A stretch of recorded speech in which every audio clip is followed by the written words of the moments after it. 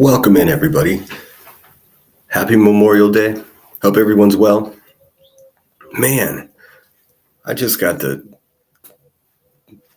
dumbest email I've ever gotten in my entire life. I'm going to share it with you guys.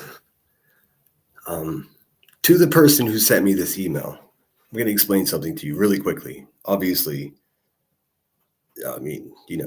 obviously you don't understand how the world works, but sir, I'm a United States Marines that have a dozen people that I know better than anyone here on YouTube that have been blown up in war. If I want to go live and commemorate Memorial Day, I'm going to do just that.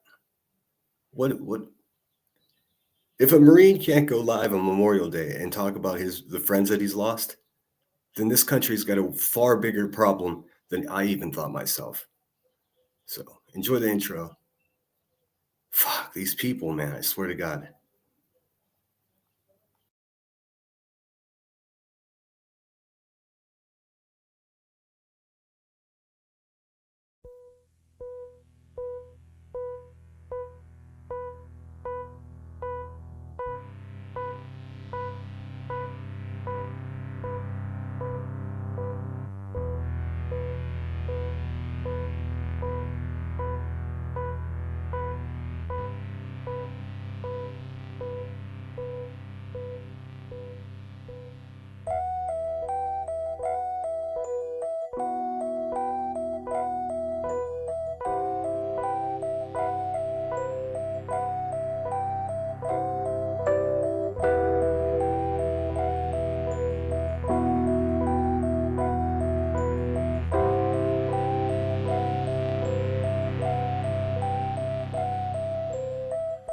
I knew that I couldn't survive without you by my side, but I'm alive.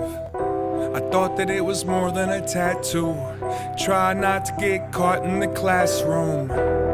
Tomorrow morning while the galaxy is forming, I'ma find a box of stories buried in the garden underneath the pouring rain. Never seen a storm before it came.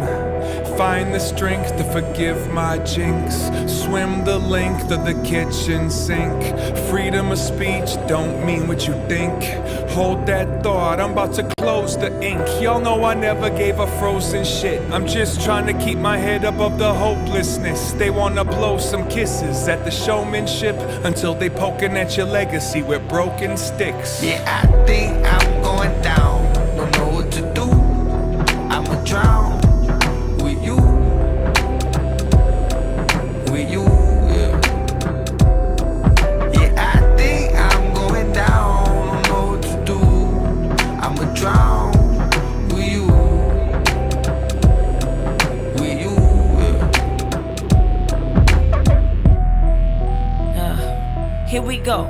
I'm trying to be peaceful, keep on clashing with your ego. No logic or reason when speaking your peace and disagreements. Tell me what you're really thinking when you're drinking or when it gets heated. Say that you don't mean it, I heard that before, I don't believe you. Listen to people, they'll tell you everything and how they treat you. View kindness is weakness, say you don't need me, hard to let go. But I'm leaving face what's right now, what is easy.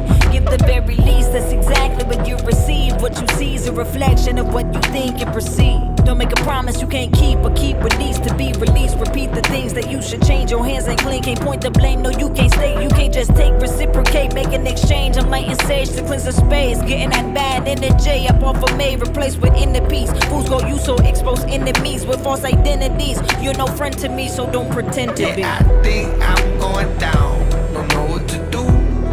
I'ma drown with you. With you, yeah. Yeah, I think I'm going down. Don't know what to do. I'ma drown with you. With you, yeah. I've been let down before, laying against this wall. Ain't no use in crying. When I'm sober, I drink. Always up when I sink. In a coma, I'm blinking. And in my own mistakes, lay in my bed and rest. Ain't no use in trying. When the shotgun won't shoot, don't know what they trying to hurt me. Love me, then desert me. Don't give me your mercy. Feel like my flesh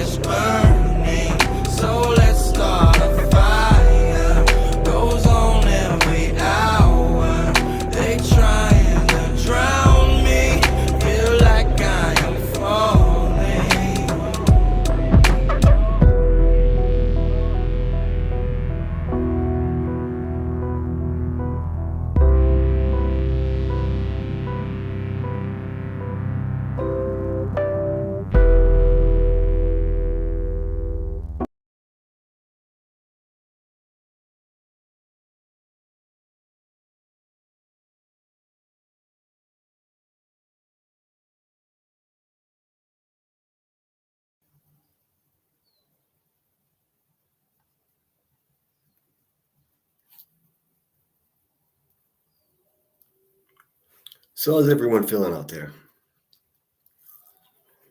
You probably caught the vibe that I'm on. How dare somebody? Let me just break this down really quickly. And then we'll talk about what this day actually means. Because it seems some people get it confused. So I was greeted with this just moments before my live stream. It's probably Queen Bee herself. A desperate, pathetic person. Also, listen, no one's fooled by a stunt performed by a literal crackhead of a woman who lives and makes her entire living off exploiting missing children, exploiting parents of missing children, leaving bruises on their own children's neck, that had a fundraiser for, wait for it, the National Center of Exploited Children. Are you kidding me? What? Are we learning home safety from Charles Manson? Well, what are we doing? What a despicable stunt. How much money did she contribute to that? Anyways, this brilliant wordsmith here wrote this to me this morning. I dare you to shut off your monetization. I dare you to shut off your monetization. I dare you to shut your monetization off today if you truly believe in your service. Okay, this is another person that needs a immediate order of protection against them from the English language. Do I believe in my service? Well, I served honorably. I'm proud to be a Marine. Yes, I believe in my service. It's not a hypothetical thing. It's something that I've already done. So what do you mean, do I believe in it? It's not a fairy tale. We're not talking about Santa Claus or, your self-respect. We're talking about something that actually exists. So yes, I believe in it. I'm not sure what you mean by that. You constantly say you did it for people. So maybe don't collect that. I constantly say that I joined the Marines for people. Well, yeah, that's true. I'll explain. When you join the Marines, you raise your hand and you take oath to defend the country and the Constitution, specifically against all enemies, foreign and domestic. So that in turn inherently is doing exactly that. It's being selfless and doing something for someone else. But don't get confused. I mean, I knew for sure as an 18-year-old kid that I was going to be afforded the opportunity to travel. And then once I completed my contract of 8 years, then I knew that I could depend on the Montgomery GI Bill to further my education. And that's what I did as well. So, I mean, of course, there were benefits to doing something for other people. That typically is the case. I mean, someone that would write an email like this has no idea about being selfless or sacrificing or anything at all. You support someone that leaves bruises on their children. So we're not in the same class of people. And that's evident by your use of the English language here. So maybe you don't need to collect on it. Collect on what? If a United States Marine can't go live on Memorial Day and have a discussion about how he feels on this day and to honor his friends that he's lost, who in the world is this person to email me this? This is obviously a low vibration type of human being. Again, not in the same class as me. So that's what we're dealing with here. And this is when it gets spicy. I bet you don't, because you really don't care about veterans. I am a veteran. I'm a veteran myself. See, there's my photo. That's my Marine Corps Parris Island Boot Camp graduation photo. I am a veteran. So are you saying I don't care about myself? That's not true. I very much care about myself. That's funny because other people will say I care about myself too much. Here you're saying I don't care about myself at all. Interesting. Sometimes I think about the oath that I did take, and then I had to remind myself that it also protects the type of people that would write an email like this to a Marine on Memorial Day, moments before he goes live. I see you, Rebecca, you useless fucking slob. Anyways, I bet you don't because you really don't care about veterans. Well, it seems as though you're the one, sir, or ma'am, let's keep it real, that doesn't care about veterans. But anyways, you only care about you. And today is a perfect way to grift on something you barely contributed to. Barely contributed to. I'm not sure what you mean by that. I would pose the question, what have you contributed to? What uniform have you donned? What oath have you taken? Have you taken an oath to a cult that hurts children and exploits missing people? Quite possibly. What else would lead somebody to send an email like this? Anyways, it ends with loser. Now, unclear here as to whether or not they're signing off as loser themselves, if they're saying, I'm goodbye, written by loser. Again, the English language and simple paragraph formation isn't this person's strong suit. So I think they're saying that I'm a loser. I'm not sure. It's unclear. Yes, the email is on the screen. Can you guys not see that?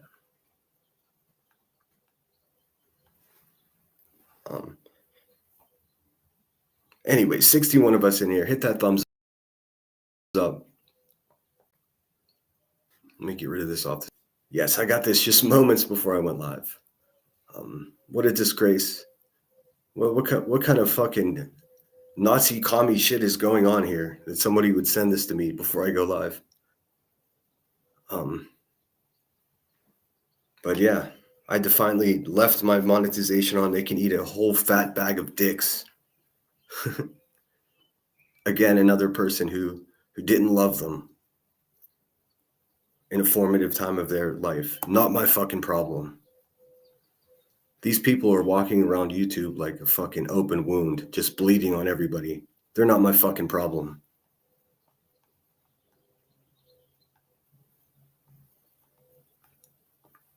God, these people are fucking parents and aunts and ugh, ick. Let me get in the chat. Sorry for the long intro there. I was vibing. I was in such a good mood, and then shit. Unsupervised says, "Hey, Cinder, oh, this is way early. Wow, this is before I went live. It says, when you go live, can I have a link or call in? Some idiots need to be addressed." Sure. Why not? Let's save that for a couple of minutes because I am here to talk about fucking Memorial Day. Does anybody realize that that's what this holiday is?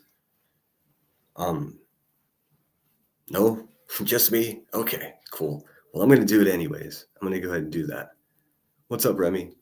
Queen Moomin, Andy Rose. Yes, hope everyone's having a great weekend. Many of us have tomorrow off, no obligation. So hopefully you find some way to get some sun on your face. If you don't have any sunshine in your area, hopefully you can make some of your own. A1 in the house. A1 says, sending great respect to any fallen service, family and friends. The past is heroes. Yes, that's what this is all about. Take a moment to reflect upon. This is not for veterans. I'm a mere veteran. This day is for my peers and our fellow Americans who took that oath and came home in a box. That's what the fuck today is about. It's really that simple. I mean, let's not sugarcoat the bullshit. And I don't know how many of you guys out there are Marines that lost people that were smarter, funnier, more compassionate, and stronger than anyone you know. But I can list 11 of them.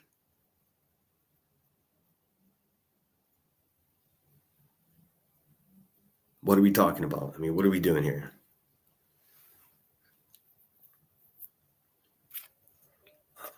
That being said, I really enjoyed Unsupervised Maniacs live stream yesterday. It was brutal. It was fucking brutal. It was so difficult to listen to.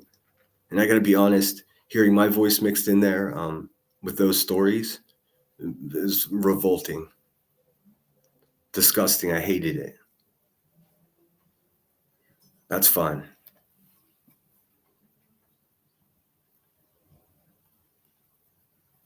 What's up, Ninja? Good to see you. Mischief all around me. Billy Jones. Billy Jones, if you guys don't know it, was the winner of the subscriber giveaway that I had. Mailing that out tomorrow, assuming the FedEx is right on schedule, just like always. All right. Hey, Spudler, good to see you. Thank you so much for being here. You're the best. Hope everyone's well. I did my due diligence and I popped into the hive just for a moment to see what was going on. Same garbage bullshit that always goes on. Just Brittany J, Brittany J, money, Brittany J, Dude. That dude QB needs to fucking chill out, man. Holy shit. What a fucking life. How do you keep that energy? Like, just complete fucking madness 24/7. Who else we got with us today? Lunatic Farmers in the house. I am 10 minutes behind in chat, so let me catch up. Keena, thank you so much for being here. Brenda Sue. So good to see you. Just Irish in the house. Shame for sure. Who's that? I mean, what the fuck? I mean, what in the proton mail is going on around here? I mean, I'm so used to some of the things that I get emailed are actual threats that I have to report to the police. Graphic descriptions about how myself or my family is going to be physically harmed. I don't share those, but that one, man, that one was just like, okay, let's make this bitch famous. Like, what is happening?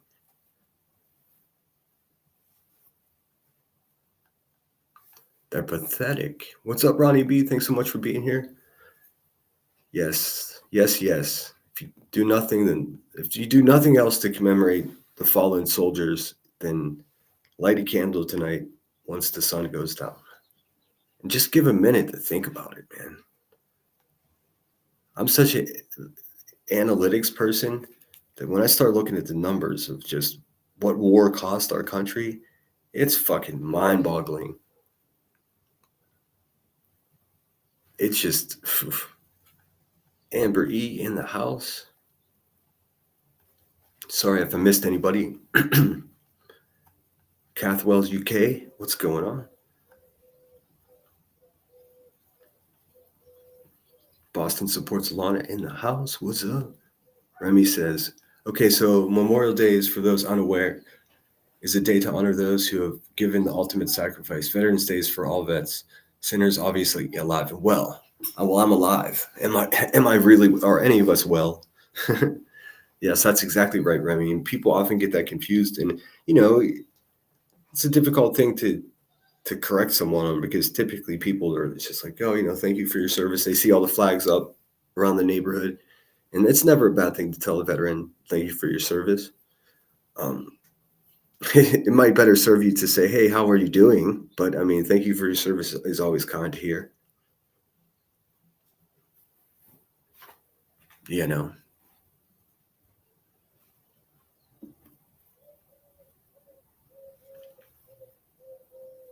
But that's exactly right. Remy gets it. I mean, I got QB triggered that I'm going live on Memorial Day, and I'm a Marine. That triggers her because, I mean, she's never accomplished anything. It's fucking weird, dude.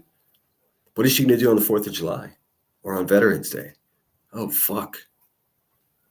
Oh, geez. I'm going to keep seeing those American flags all over my neighborhood, and people are going to keep saying thank you for your service, Rebecca. What did they thank you for? Waka waka? That's a rhetorical question. Ask him. He'll explain it. Bitch.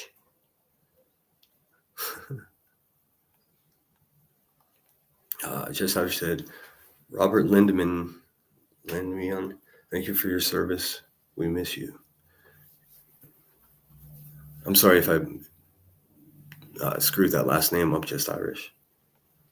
Yes, light your candles. Think of those who, I mean, kids, man. Fucking kids.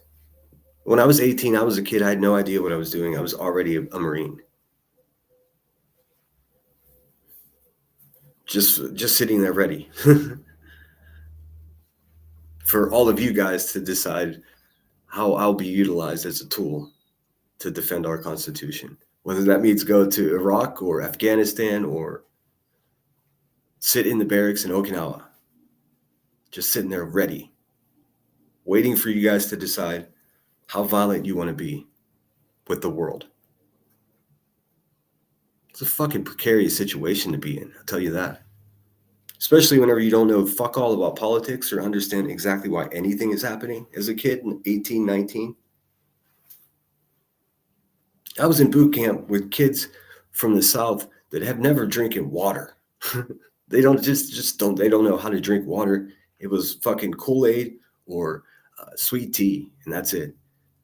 My drill instructors had to wean these kids off of the sugar water by getting the smallest package of Gatorade, orange, the flavor no one likes, and putting 1 scoop into a giant barrel of water for these kids. And then slowly and surely put less and less fucking sugar into the water until they were drinking water like everyone else. I only use this as an example. These people have never traveled away from home. They have no experience. They're being sent into harm's way at the whim of all of you, all of us. How fucking wild is that? What a proposition.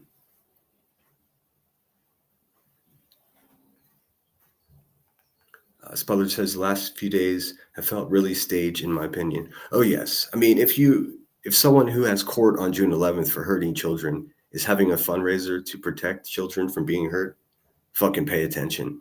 I mean, there's nothing else to say about it.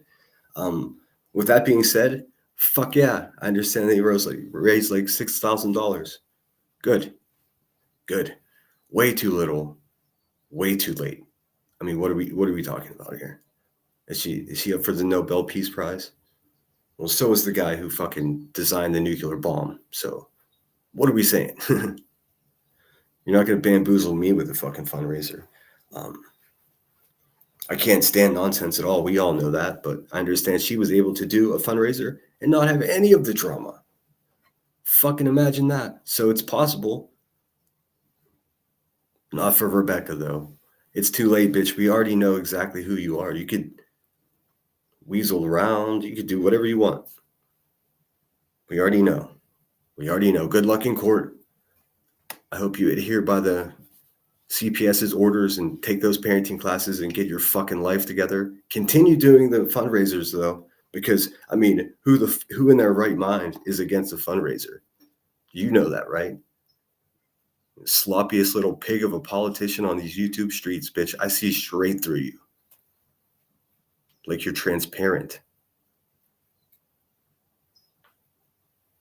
But that's a you problem, technically. So Marlena in the house. Headstones and headlines. Let me catch up here. Salty lunatics. Spudler said, I think it was a wonderful thing to do, but today has become another excuse to go at others. That's exactly what I heard, Spudler, when I tuned in just for a second was, I don't see any of these other motherfuckers giving anything to charities. Like, come on, dude. Fucking suck a fucking big fat bag of D's with that bullshit. Nobody's going to fuck. Listen, man, anybody that falls for that fucking Robin the Hood shit, I'm not even...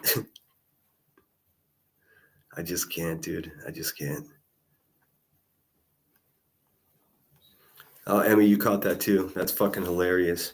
They signed it loser. Like, what the fuck? I mean, when the English language is like your enemy.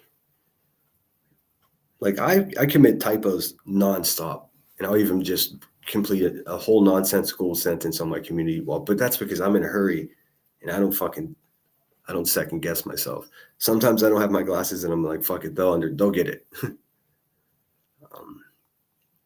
People are allowed to make comments that due to our armed forces. That's exactly right. I mean, what a fucking crazy thought that is, just thinking about that. And I think about that with Miss Turner too. That's why I played that song at the beginning, because it says freedom of speech don't mean what you think. It doesn't. That's something that, you know how fragile it is. You know how easily we can lose that. I'll just tell you, very easily. Especially when our world is Google. We no longer adhere to the Constitution. What's important to us is motherfucking terms of service. How terrifying is that?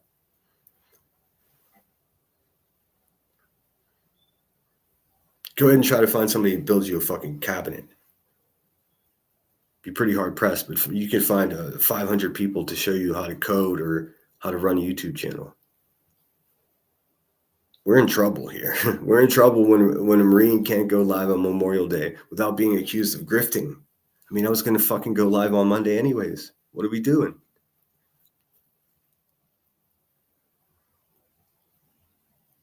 I'm not going to let these people upgrade my math. 1 and 1 is always going to equal 2. I'm going to do what I want to fucking do.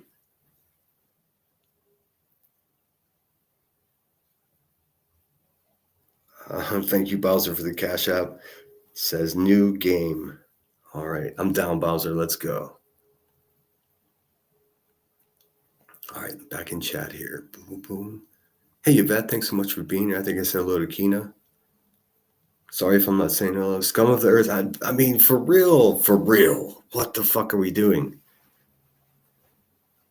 They're probably so proud of themselves. And I just wanted to point out how pathetic people are out there. So, I mean, just, hey, Angie, who is that person in the picture? Oh, that's me. That was my little whippersnapper face. That was me as a puppy when I graduated boot camp in Paris Island in August 1997. I'm sorry, August 1996. I arrived at my first duty station, Camp Pendleton, on New Year's Day, 97.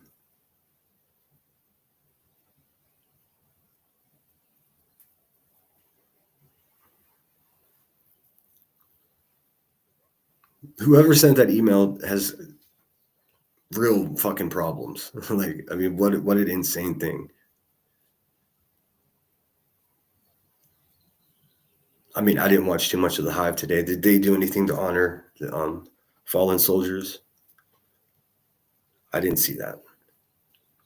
I heard, Brittany J, Brittany J.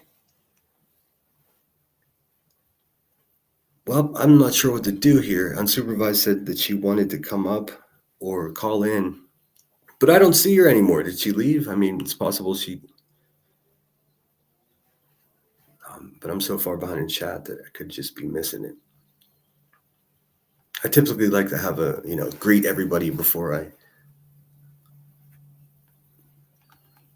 Isn't that wild, Salty? Like, what the fuck, man? Like, I didn't ask for that shit. I guess it's part of the perils of having a public email. But, fuck.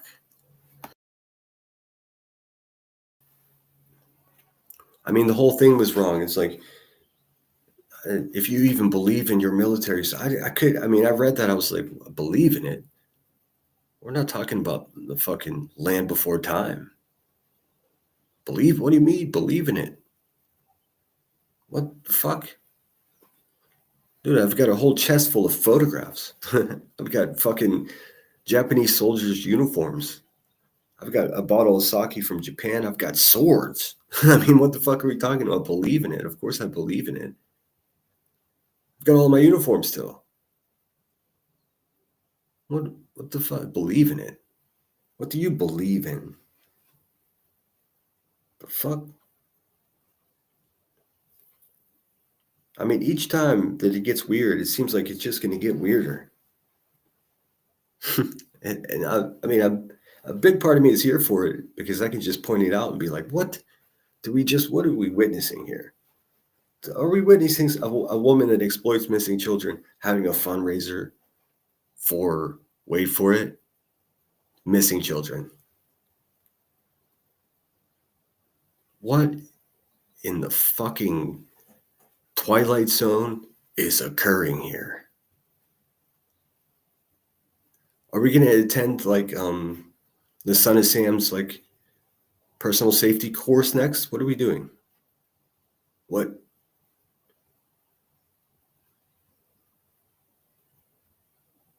What?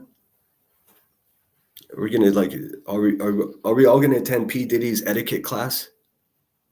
The fuck is happening? A person that actually hurts children in real life and on the internet is having a fundraiser for children that get hurt. That's completely normal, guys. I mean, what the fuck, dude? All right, let me scan ahead here. I love the picture. Very handsome. Oh, that's me. That was me, Salty. Thanks for the compliments, guys. I was Puppy. Remy says people that sign up for the military are 18 most times. I was 17. By the time I entered my senior year in high school, my guidance counselor, all my teachers knew that I was already shipping out. So I mentioned that the other day. It was like, I feel like I was kind of shorted. I mean, shout out to my teachers in my high school. They're incredible. I fucking love school. As a young child, I was raised so poorly, well, not poorly by the people, but raised in such poverty that the school lunch was a lifeline. That's just what it was. I was the kid with the free lunch ticket, and I didn't give a fuck. And the lunch ladies fucking loved me, so I always got second lunch. And that's all I've ever taken from any kind of system. I've never collected any food stamps. I've never been on welfare. Like people like Rebecca over there just live her life with all of her neighbors' EBT cards in her pocket from deals that she's made. I've lived a far more honorable life than that. And since that day, I've been on my own. I've made big mistakes. I've had large accomplishments. Everything, I'm proud of it. I wouldn't do anything differently. Do I believe in my military service? I don't even understand what the fuck that sentence is asking me, to be quite honest. That's as nonsensical as do you even paint, bruh? And I do, by the way, to answer that question once and for all. And I also own that YouTube channel now. It's mine. So I'm going to start producing videos about my favorite artist on there. Waka Waka. Joan the Homesteader is in the house. I'm so far behind in chat, so I'm scanning ahead just saying hello at this point. Angel of Light, Nanny Sharon, 262. Phil Robertson passed away. Oh, that's what Irish was saying. How sad. How sad. What a fun show, dude. What a fun family. I remember like watching the first few episodes of that. It was so different and so unique. I come from a hunting family, so duck calls are around the house. So seeing where they come from this wily group, it was kind of cool. A1 says, my childhood neighborhood lost 6 Marines in Vietnam. I salute everyone's family service.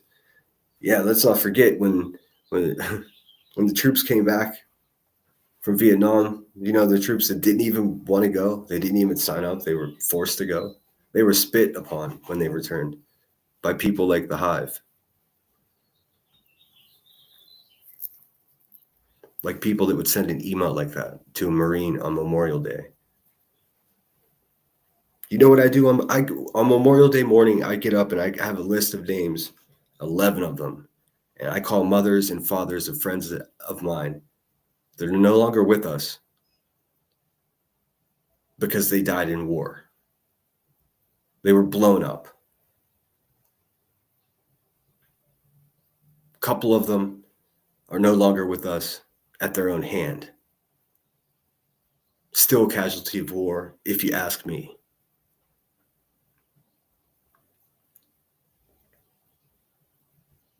This is not a game.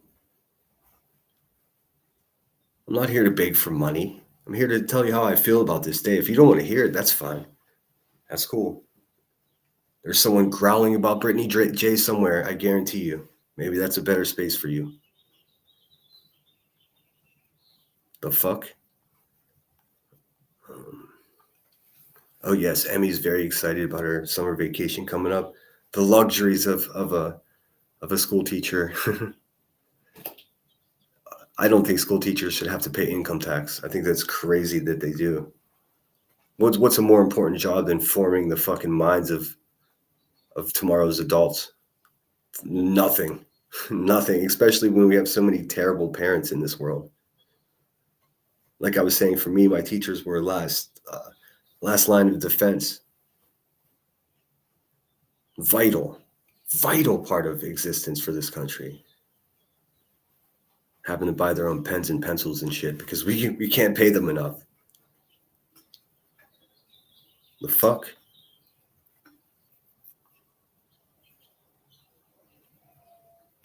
What's up, Curious? Thanks so much for being here. I do apologize if I missed you. Citizen Sleuth. I'm cruising through here. I said hello to Boston. Good to see you again, Boston. Media doesn't help? No. What's up, Marie? Good to see you. Yes, please hit the thumbs up. Consider subscribing. I do have memberships available. Billy Jones, that's so sweet of you. Send me $19.99 super chat. My sister and her husband are buried at the Allegheny Cemetery, which, as you know, is free for veterans. Yes, that's where my will has me being laid to rest as well. And I've already made sure that those who are keeping tabs that I'm actually live on this earth, which what may surprise a lot of people, it's an alarmingly small number of people that even are, are aware that whether I'm alive or not. So there's that. But yes, I demand to have my full military burial and have it be done at Allegheny County Cemetery.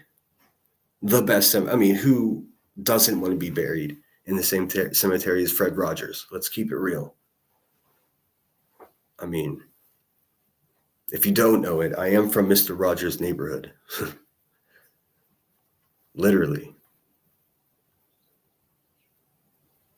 Back in chat, let's see who's here. Sorry if you had a burning question and I missed it. I would say type it back in chat again. Thank you for your service, Sinner. My Marine has 1 year left and he's coming home. Amen. I hope he makes it home safely and brings it as many souvenirs, photographs, and memories with him as he can. And thank you, Crystal M. Fuck, I can't imagine. See, I didn't even consider that when I joined the Marines. I didn't consider how my family would feel in times of war and peril, or just times of uncertainty, not knowing if something may happen. What a sacrifice that the parents of our veterans make. Vital to our freedoms. Everyone's just like, hey, let's talk about Brittany J today. I bet you won't turn your mom. Hey, get your life together. That's the person that gets too drunk at the barbecue on Memorial Day and starts talking about, well, I think people should be able to take over the government. They're fucking natural born enemies of the Constitution and just the morality of the country overall. Ronnie says, I'm wearing my OIF cert. So thankful my brother came home. I mean, I hate to be so crass about it, but I mean, a lot of you cannot come home. You cannot come home. We're so used to living in this weird little world that we separate reality from what we see on the screen. Like, I don't know. And let's not just, I mean, also let's give a support and a shout out to everyone who lives with survivor guilt. Everyone who's standing next to the man, standing next to the woman when they got blown up. And now they're staggering through life, trying to cope with the fact that it should have been them and not their friend who had 3 kids.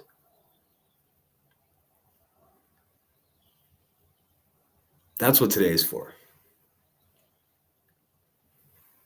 I kind of just want to jolt you guys a little bit if I can.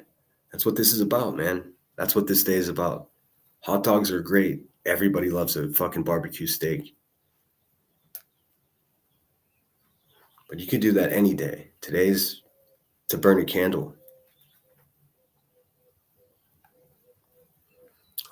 Grain's in the house. What's up? Emmy is having a live stream. I'm probably going to stay on for a little while here until she goes live. A couple hours. We'll listen to some tunes. I want to pull up some veterans talking about what this day means to them. Nothing too crazy. I am still waiting to see if anybody knows how to get a hold of Unsupervised. Tell her to come on back and I can send a link to her phone or to her email, whatever she wants.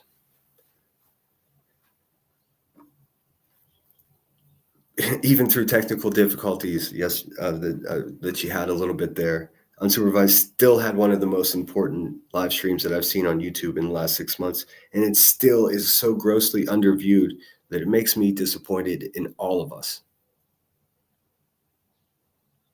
But, in a lot of ways, the first step of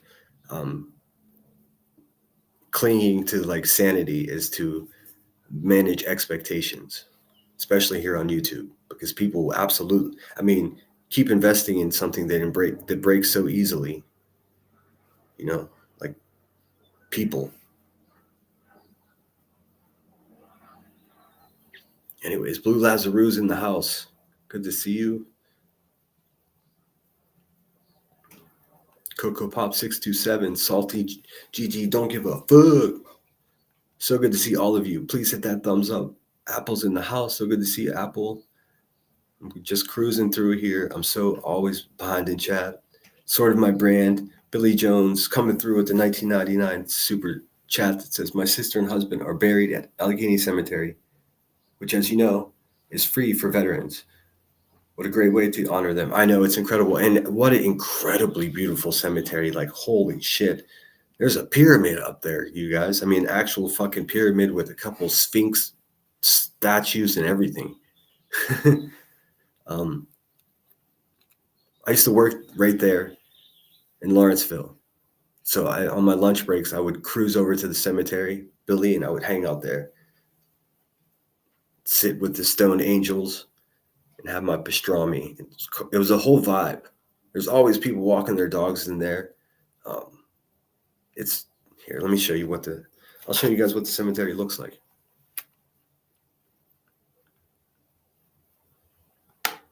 When I always go and peek into Fred Rogers' little mausoleum. Is that what they call them? The little stone structures. He's got a beautiful stained glass on one side. Let's see.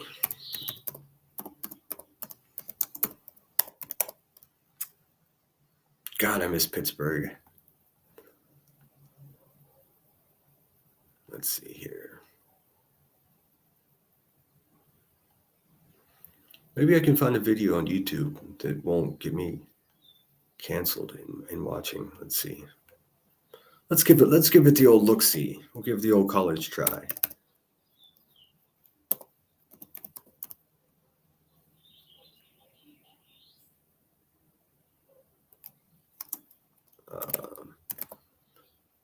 There we go. Bing bong. I found something. Let's see. Oh, those people freaking out. We're not going to watch them. Well, cool. Here's the news. It's from 8 years ago, but you know what? Not much has changed there in the past 8 years. Let's keep it. Not much has changed in the last 100 years. I'll show it to you. And this is a local news broadcast, so hopefully I won't get busted for it.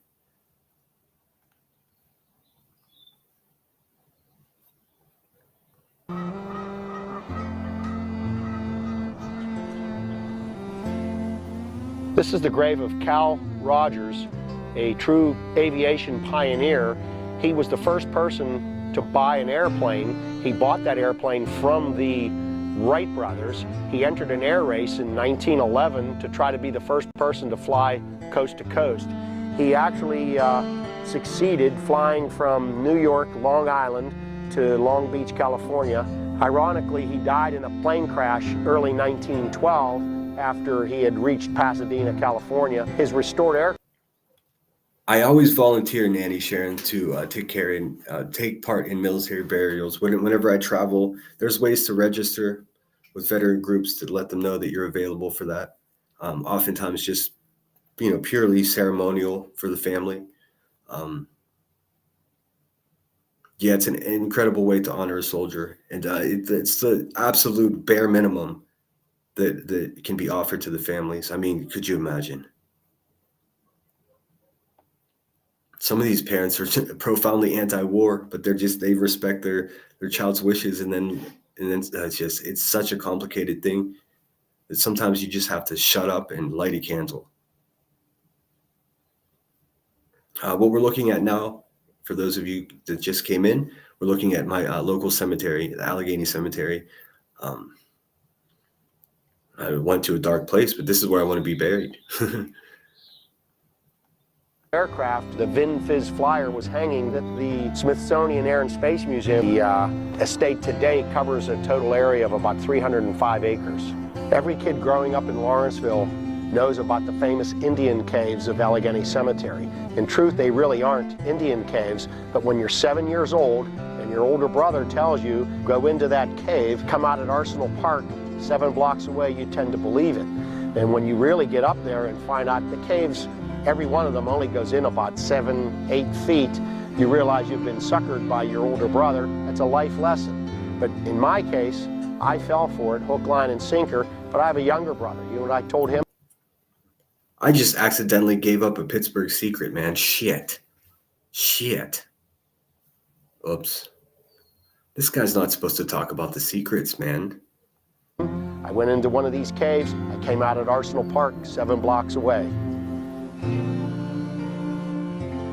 Stephen Foster was America's troubadour. He wrote songs that became immortalized in American culture, like I Dream of Jeannie with the light brown hair, Oh Susanna.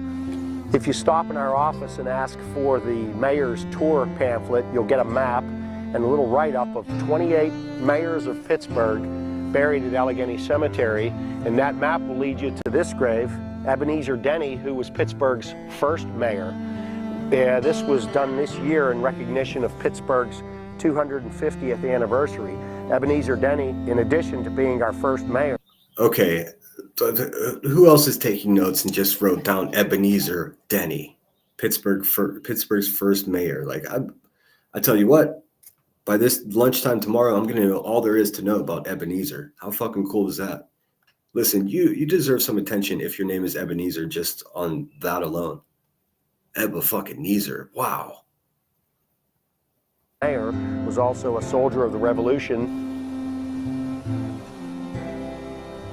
In May of 1981, the cemetery office received an interment order for Kirk Lemoyne Billings, and all we knew at that time was that it would be a private service. What happened actually was Jackie Kennedy and the Kennedy family arrived. Turns out Kirk Lemoyne Billings, known as Lem Billings to their family, was a boyhood friend of John F. Kennedy. He was a classmate, roommate at Choate Prep School, and was a lifelong friend of JFK's.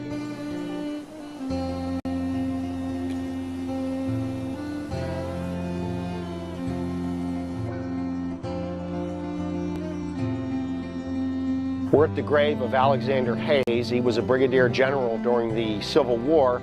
He was also a classmate at West Point with Ulysses Grant. During Pickett's charge, his artillery unit was right near the bloody angle at Gettysburg. He had 3 horses shot from under him that day.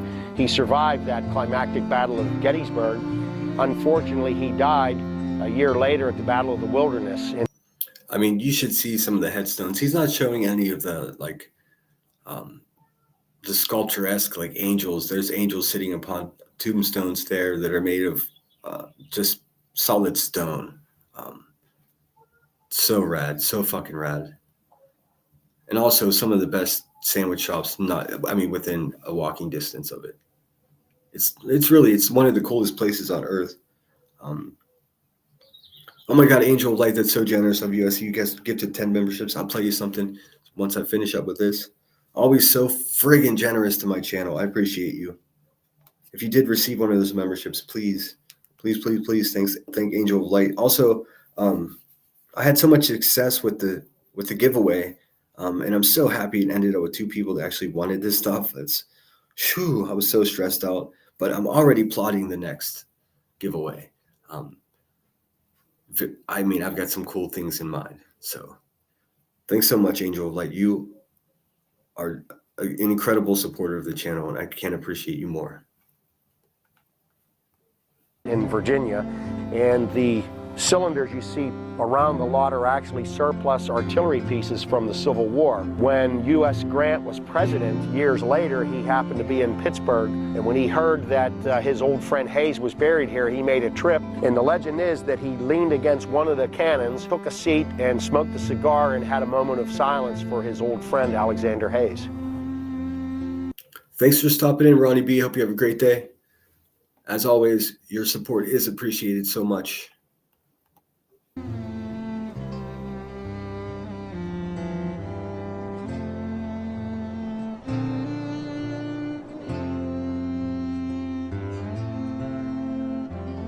We're at the gravesite of Charles Avery, one of the earlier interments at our cemetery. No, I said I was so thankful that it didn't end up with someone who didn't want it. Someone's like, oh, I don't want that. You know, and both winners of the spins were happy to win. So that makes me happy because I spent some time in putting it together. And I don't know, I guess I've heard a few people ridicule it, but I mean, how do you ridicule just giving some cool free shit away? I don't understand, but the next one's going to be even cooler. So they're going to be stuck on Mad. Cemetery. Charles Avery was a staunch abolitionist. He was actually the Pittsburgh connection in the Underground Railroad, smuggling freed slaves out of the South into northern cities and into Canada. The marble monument is deteriorated from age, but it tells a little bit of the story of his life. We like to promote the grounds for use as quiet, repose, reflection, walking. We allow bicycles nowadays. It is absolutely peaceful, and it's sort of like even when there are groups of people, because obviously people come and commemorate their lost family members, and lots of photographers, as you can imagine, but everyone's just hushed. It's like being at the library. You just know how to act. It's just normal social norms. You know, if someone's sitting there reading a book, don't turn on your Bluetooth speaker and start playing the worst rap song that ever existed. You know, sometimes that happens, but Pittsburghers have a really profound and effective way of telling each other to shut the fuck up. It's pretty great, actually. I mean, I think it's second only to New York City itself, but what do I know? I'm just a guy who's traveled a lot.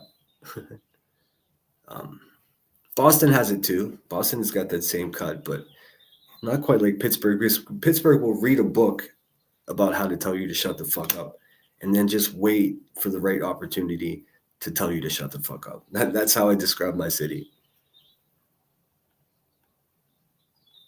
Bear in mind that we do have 1,000 funerals a year here. We still have room for probably another 100 years of burial.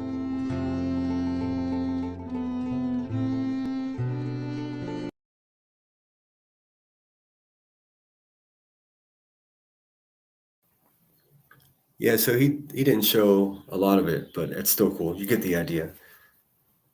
KCG living in the gray became a member. Thank you, KCG. Hope you're doing well. I saw that. Thank you, Emmy. Let me play you guys something for your generosity. Hate to be all gloomy, but man, that email that I got really just it made me. I wanted to dissect it with you guys because that was a lot, dude. What the fuck? Some people's kids, I tell you what.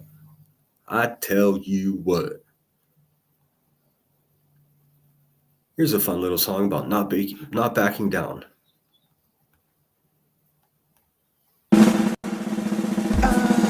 Back up, I'll take you on. Head strong, I take on anyone. I know that you are wrong.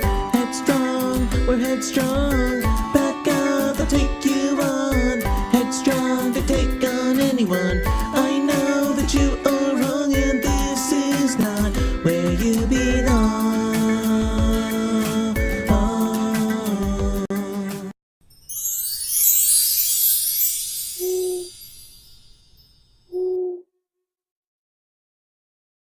And here, I'll pause that for all the advocates out there. I'll read this.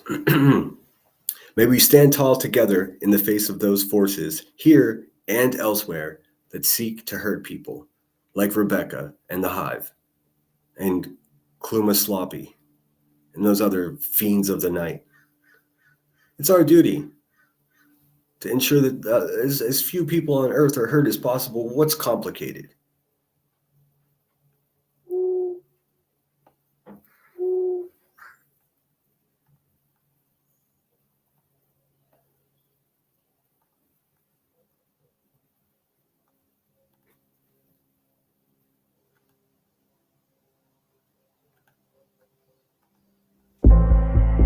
We are met on a great battlefield.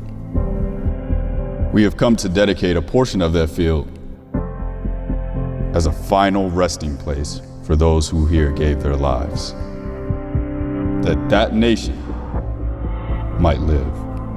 We cannot dedicate, we cannot consecrate, we cannot hollow this ground. The brave men, living and dead, who struggled here have consecrated it far above our poor power to add or detract. It is for us, the living, rather, to be dedicated here to the great task remaining before us. That from these honored dead, we take increased devotion to that cause for which they here gave the last full measure of devotion. That we here highly resolve that these dead shall not have died in vain. That this nation, under God, shall have a new birth of freedom, and that government of the people, by the people, for the people, shall not perish from the earth.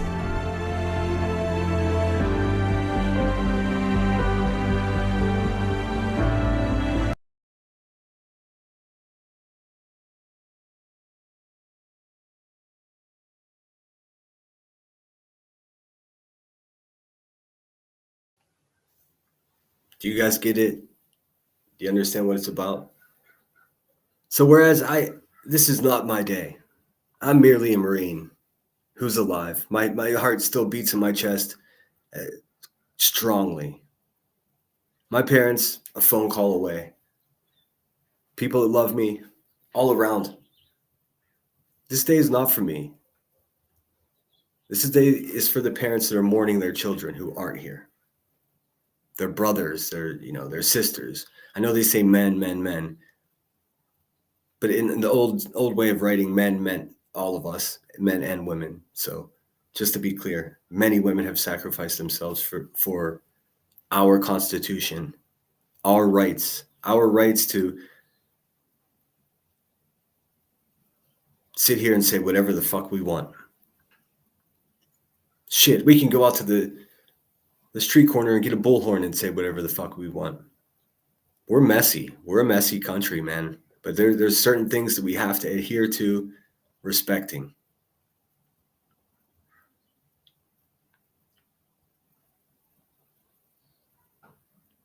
I don't see a problem with that.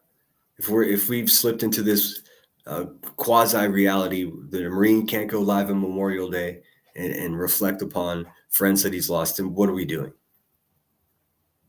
They just said in that video that we just watched that, as a veteran, it's all my duty is to the fallen soldiers and the lost Marines that I know, and all of them that I don't know. Here's what my duty is to them now: to adhere to their beliefs, because they believe with their heart and how they live their life and what they want to protect. It's now my responsibility for the rest of my life. It's my responsibility to adhere to their code of ethics. And that is to help people, to stop people from hurting, and to protect people. Do you guys understand? This is not something that you can learn from a pamphlet. It's not something that you can even really wrap your head around unless you're me, unless you're a veteran and you know what it feels like to be alive on a day, to call your friends' parents and just listen to them talk about whatever they want. It could be 2 hours. It doesn't matter. You have to let them talk. We have duties and responsibilities to each other that have nothing to do with being in the military, just as people, just as Americans, right? We don't do any of that anymore. Our neighbors aren't doing much better. Instead of sticking together, we're making competition. We're having fundraisers, guys, to improve our social image. That's what we're doing. Unfucking real.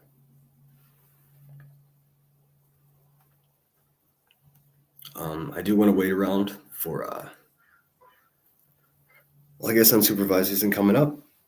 Maybe she'll email me or something. I don't know. I am quite interested to know who she wanted to call out.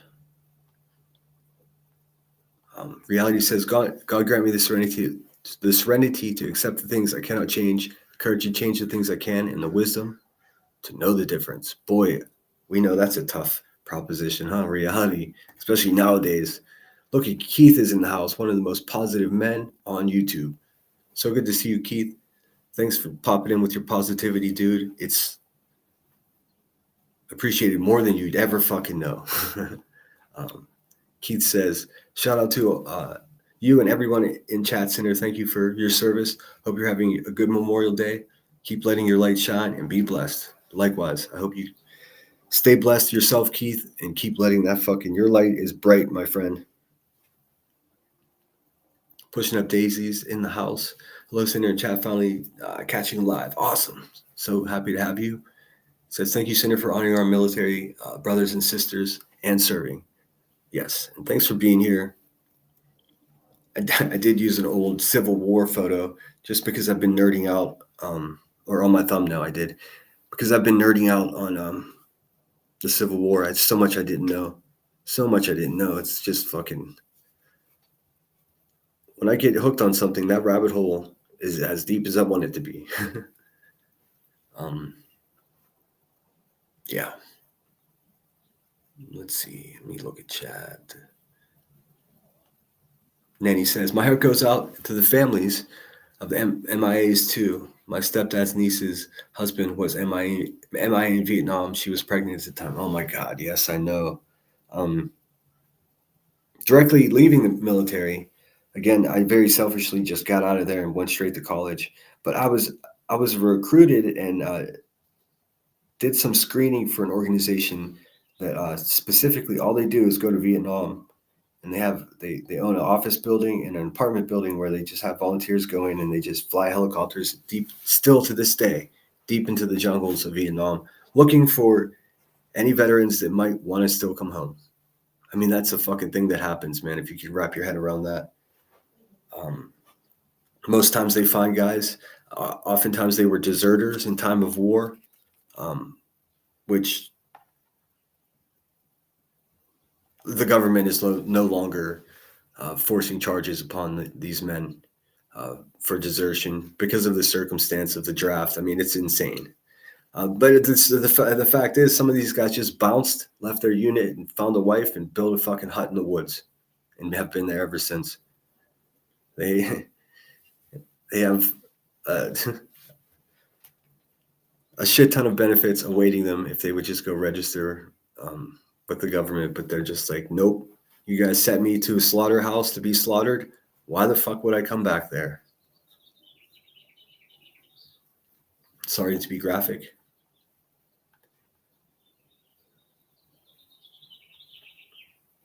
Now let's see. I'm just looking to chat with you guys for a little bit. Nothing too heavy. Should we listen to a song? Should we liven this bitch up a little bit? Please hit that thumbs up. Hey, there's Unsupervised. She says, I'll be back home in 5 to 8 minutes. Can you put up the number and I'll call in when I get there? If you are shutting down, don't worry. No, I plan on being on for a little while anyways. Emmy's on after me. Yeah, I'll wait for you. I'm interested to see what's going on.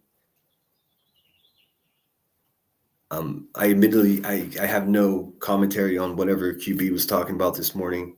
I just turned it on for a second, just heard rah rah rah, Brittany J, rah rah.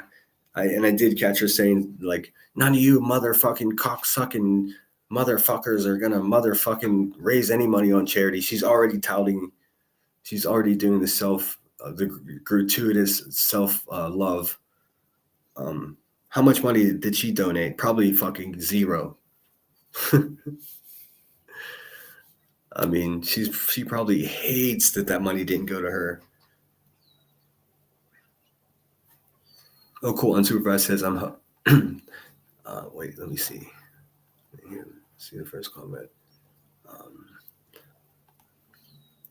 And said, if you're going to shutting down, don't worry about it. I will just address it in my live. Okay, either way, I'll share that shit if you post it. But mi casa es su casa. So I'm going to wait because you know me, I'm Nebby. I want to know what's going on here. Unsupervised got to get home and read up, and then she'll be over to help us out with the. I mean, I saw some of the comments that were coming into your live stream yesterday, Unsupervised. I mean, sheesh. But here, let me show you something else. I didn't quite show. I wanted to show you that thing that I took part in for years down in Santa Barbara.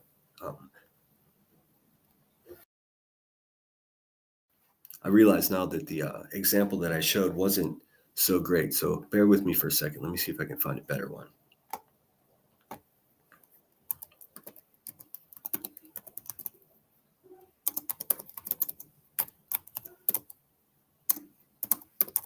I just got a notification from a buddy the other day that the I Modernari festival is occurring in Santa Barbara too, something that I've always taken part in and fucking didn't even know about it this year. I would have gone down there. I'm so bummed. What that is a chalk painting event that happens at the Santa Barbara Mission, where many local artists and artists travel from all over the world to put these chalk drawings on these squares that are set aside for each artist. I'll show you that too.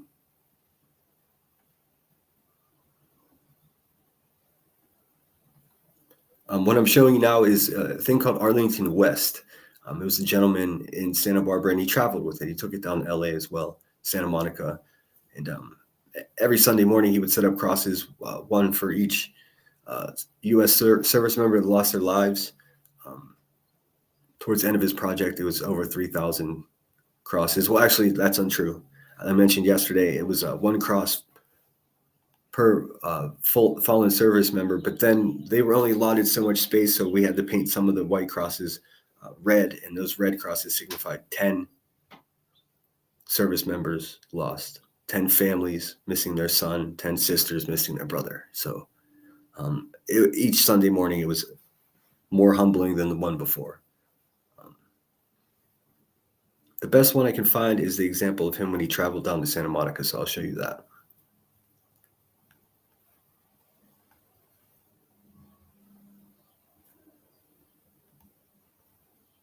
We don't want this to happen to the young. Just start at the beginning here.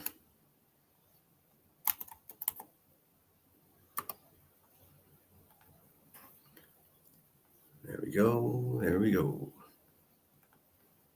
What's the numbers? We have red crosses. We use red crosses here to represent 10 persons each because of space limitations. Otherwise, we'd be going way out on the beach, way too far out that way. So they gave us this space here to use. And out here we got one coffin. That means one died in Iraq last week. And we've had as many as 40 out there in 1 week. We indicate the amount wounded. Again, we're trying to show people of numbers, because when people see these numbers and hear these numbers, it becomes another whole thing. It's just not a number. They look out here and see all these crosses and they start wondering what's going on, you know. And this is our mission statement. This is what we stand for: to honor the wounded, the fallen and the wounded, to acknowledge the human cost of war, to what's going on, you know. And This is our mission statement. This is what we stand for. Here, I'll read this because that editor is my enemy with how he flashed over this. This organization, they go by the very paradoxical name of Veterans for Peace. Incredible men and women who served in the military, all of them veterans, many of them wartime veterans. I mean, what better group of people to understand how terrible the destruction of war is and to be boldly against it. I mean, fucking the balls on these people. I tell you what, I discovered these people the morning I was promoted to non-commissioned officer. That later on that afternoon, I was at the largest anti-war protest that the country's ever had in downtown San Francisco. That's where I learned about the plight of the Palestinians and what's going on over there. And it was a wild time of my life to be the dualism of being a peace lover and a trained war machine was something that most people, especially people that criticize me for however the fuck I talk or whatever I say. Let me tell you something. Everything is for a reason. Stop pretending that you understand who I am, because you simply don't. Man, I mean, the fucking people that like me the best don't even understand who I am. It's a thing. It's occurring. I'm misunderstood. Let's see. Our mission statement is to honor the fallen and wounded, to acknowledge the human cost of war, to provide a place to grieve, to encourage dialogue among citizens with varied points of view, to educate the public about the needs of those returning from war. To honor the wounded, the fallen and the wounded, to acknowledge the human cost of war, to provide a place to grieve, to encourage dialogue among citizens, and again, down here, it's just to educate the public about the needs of those who return from war. And that's something that's very important. So one of the things we're trying to do here is show what the cost of war is all about. It's not only men and women dying in war, but a lot of young men and women are coming back wounded. I'm a Vietnam veteran. A lot of men and women came back from Vietnam, fell into a lot of problems, drinking problems, drug problems. We don't want this to happen to the young men and women to come back from Iraq and Afghanistan. We also want to show here that Iraqis are getting... Still happening. It's still happening. It's that way too many veterans are still falling from the cracks. You see them on the streets of every major city in this country. It's still happening. We're still not taking care of our veterans. We're still not taking care of our police officers, and we're also not taking care of our school teachers. All people that should be embraced and held in esteem. As a result of us not taking care of them, they're not going to act the way that you want them to. It's real tricky. Wounded too. These are family members. They're not necessarily terrorists or something like that. They're people who are getting wounded. So we'll often ask people what they would feel or how they would respond if some foreign country invaded and occupied our country. Here we have a memorial to the Iraqis killed. And a lot of these people are innocent people. Our so-called smart bombs landed on these people and killed them. It doesn't make sense. They say, well, these terrorists are, they get amongst these people. We brought it there. They didn't bring us there. We brought it to the city. But for some reason, we won't allow people to have their own independence from us. We'll celebrate our independence from Britain, but we will prohibit others from celebrating their independence from us. This is a memorial with all the names on it. It has the names of the men and women who have died in Iraq. We have pictures here of these young men and women who have died. It's important that people see these things, because if they don't, they don't get a face, or they don't get a picture of what it's all about. I participated in the Gulf War of 1991. I was in the U.S. Navy for 10 years. What I saw firsthand was the bombing of the civilian infrastructure. Those were primary targets of U.S. missiles, long-range cruise missiles, smart bombs. This is Afghanistan. We always are changing the memorial. We don't want it to get dull, or we don't want it to, we always want something new, because we get a lot of people who come down here all the time. We want them to see that we're a very active organization. This is a table where people can come and they can write something down on it. They feel what they feel like saying. They can go here and they can read what they want to read. And you can find things that are for the war, against the war, talk about the war, talk about the wounded. I was at the table one day, and a lady came up and she asked if she could make a memorial. And we told her she has to go over to the table and fill out a little piece of paper and make a memorial. When she came over here, she looked at this. This was her son. You can come here and you can find out about our peace trees. He's been passing out these trees now for almost 2 years. He gives them out free every weekend. You just come and take one, he gets one. This is a bulletin board we put up with different kinds of information. We got an article we put up today. Army vet billed $3,000 for war wounds. The Pentagon, we have found that they're not actually counting among their loss those who... I'm not the biggest fan of the guy in the white t-shirt. I'm not going to lie to you guys. He's kind of annoying me, but what a fucking noble thing to do every Sunday morning, to go out and honor the fallen of this country as a veteran yourself. That video that I played just a little while ago, that's the duty that all veterans have now, that I have now. I have to honor these people until the day that my heart stops beating. I have to honor my fellow veterans, and especially the ones that are no longer with us. And I have to call their families and just listen to them talk about whatever the fuck they want to talk about. What do you guys do with your Sunday mornings, Hive?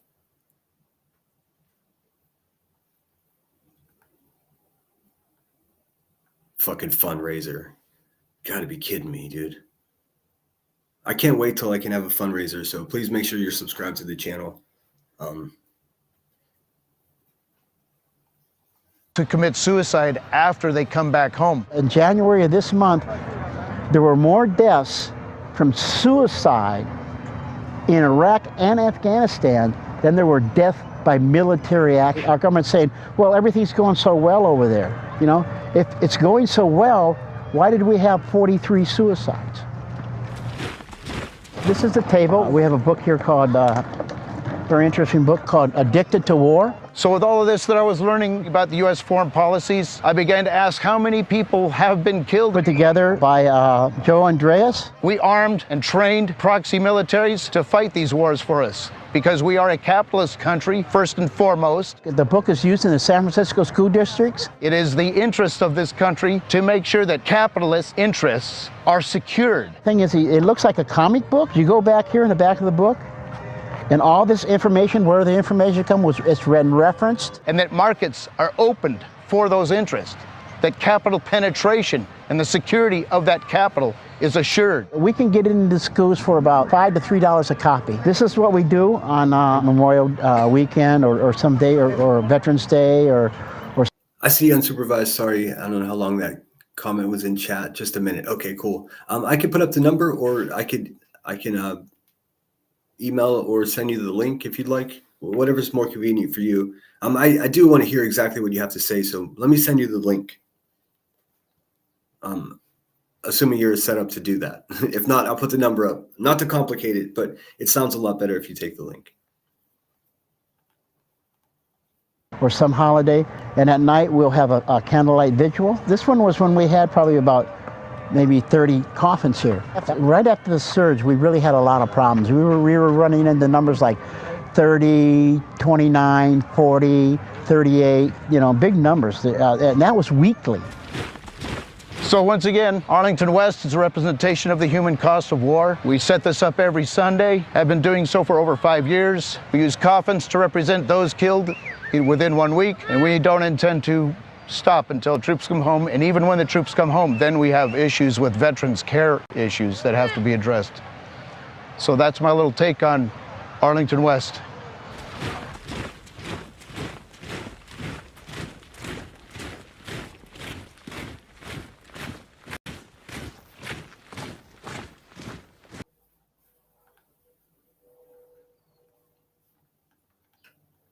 Okay, cool. Okay, cool. Give me a second. I have an overlay. I can put the number up.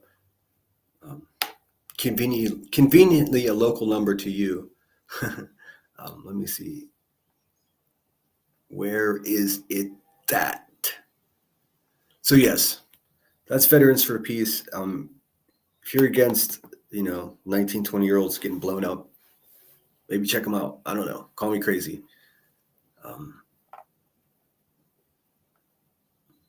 Where is it? Let me get rid of this comment.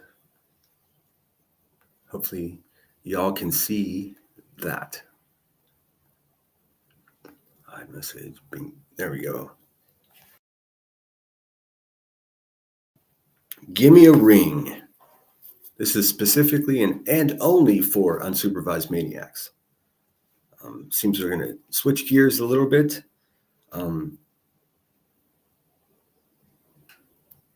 Yeah, man. Some of your neighbors are sitting there thinking about their uncle that they lost, or their brother or cousin. So just fucking tread lightly with this shit. Don't send a fucking Marine an email that says you don't care about veterans or your own service. Like, it's fucking bizarre actions, friend. Don't worry though, I would still fight for your freedoms, dude. Even though you sent an email like that. You have to take care of the sheep, man. That's how we survive. You have to take care of those who aren't, mentally able to take care of themselves. We have to take care of children who are physically weaker than us adults. That's what we do. So you, dear emailer, I'll protect you as well. You obviously need it.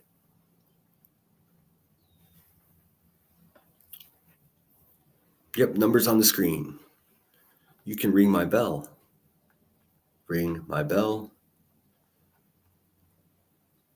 Let's see. SG, after his passing, his grandson wrote a newspaper article about it. He rescued several people, and his Jeep had been blown up. That's tough to hear. It's such a common thing. I mean, this world is just as violent as you could imagine it could be. While we sit around and what are we doing? What are we doing? Sorry, there's the number again. I covered it up like an asshole. Has anyone seen Seclusion? I've seen Seclusion. Seclusion was in Brittany J's chat last night. Let's talk about that, since we're gonna let's just jump right into the drama hot tub. Fucking get ready, Clippers.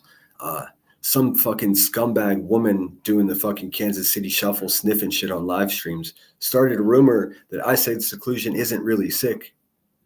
What a fucking bizarre thing to say. I would never say that about someone. Someone mixed up me saying that it's a terrible thing for anybody that would ever pretend to be sick.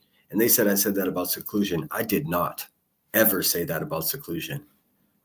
I take people at their word. If there's something I don't know, you fucking guys tell me. Went to voicemail. Oh shit, I'm sorry, I was talking. Try one more time. I had do not disturb on because I ding a lot. I'm Mr. Ding over here. Okay, I'm ready. I'm sorry.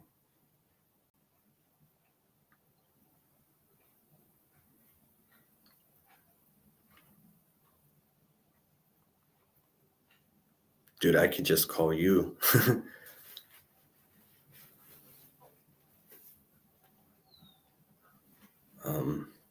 Here, hold on. I'm going to mute you guys just for one moment. Let's see.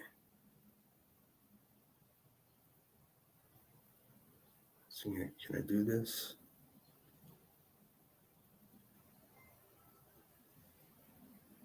Oh, there we go. 1 second, guys. Let me make sure it's her.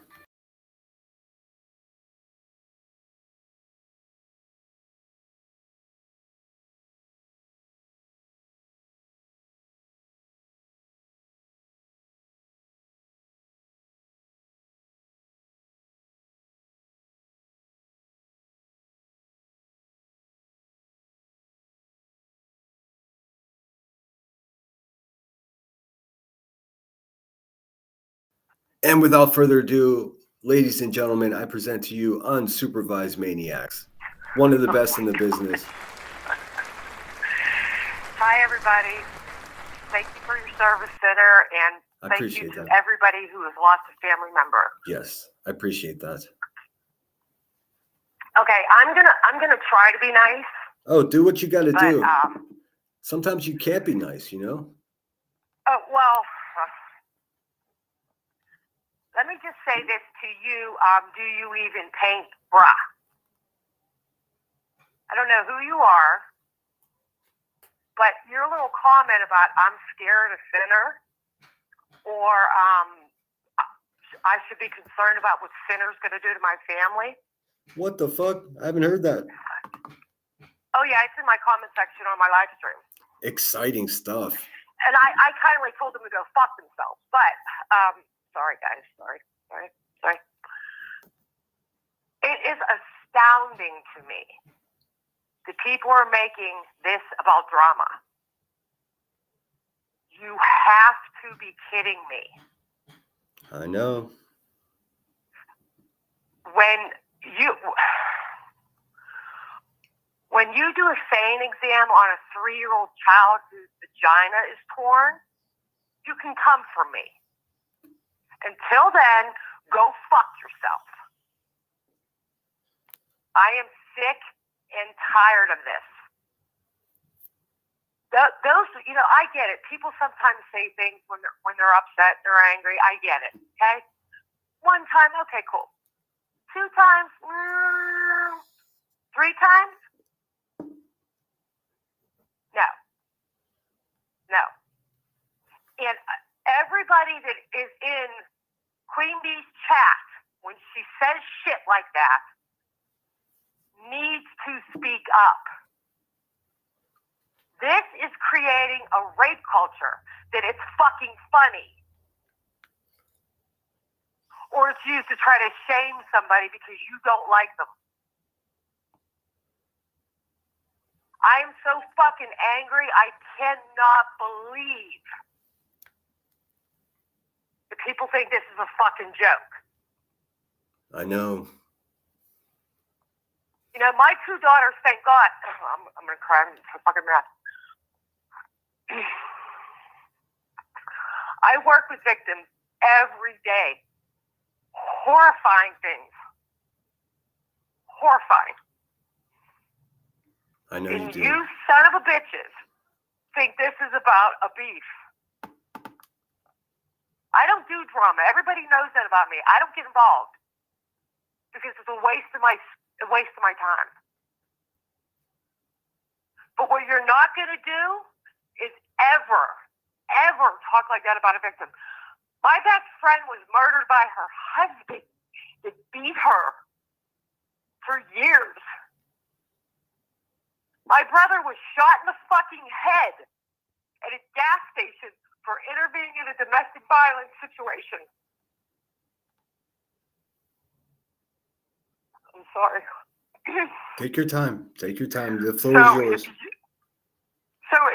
If anybody fucking thinks that this is funny,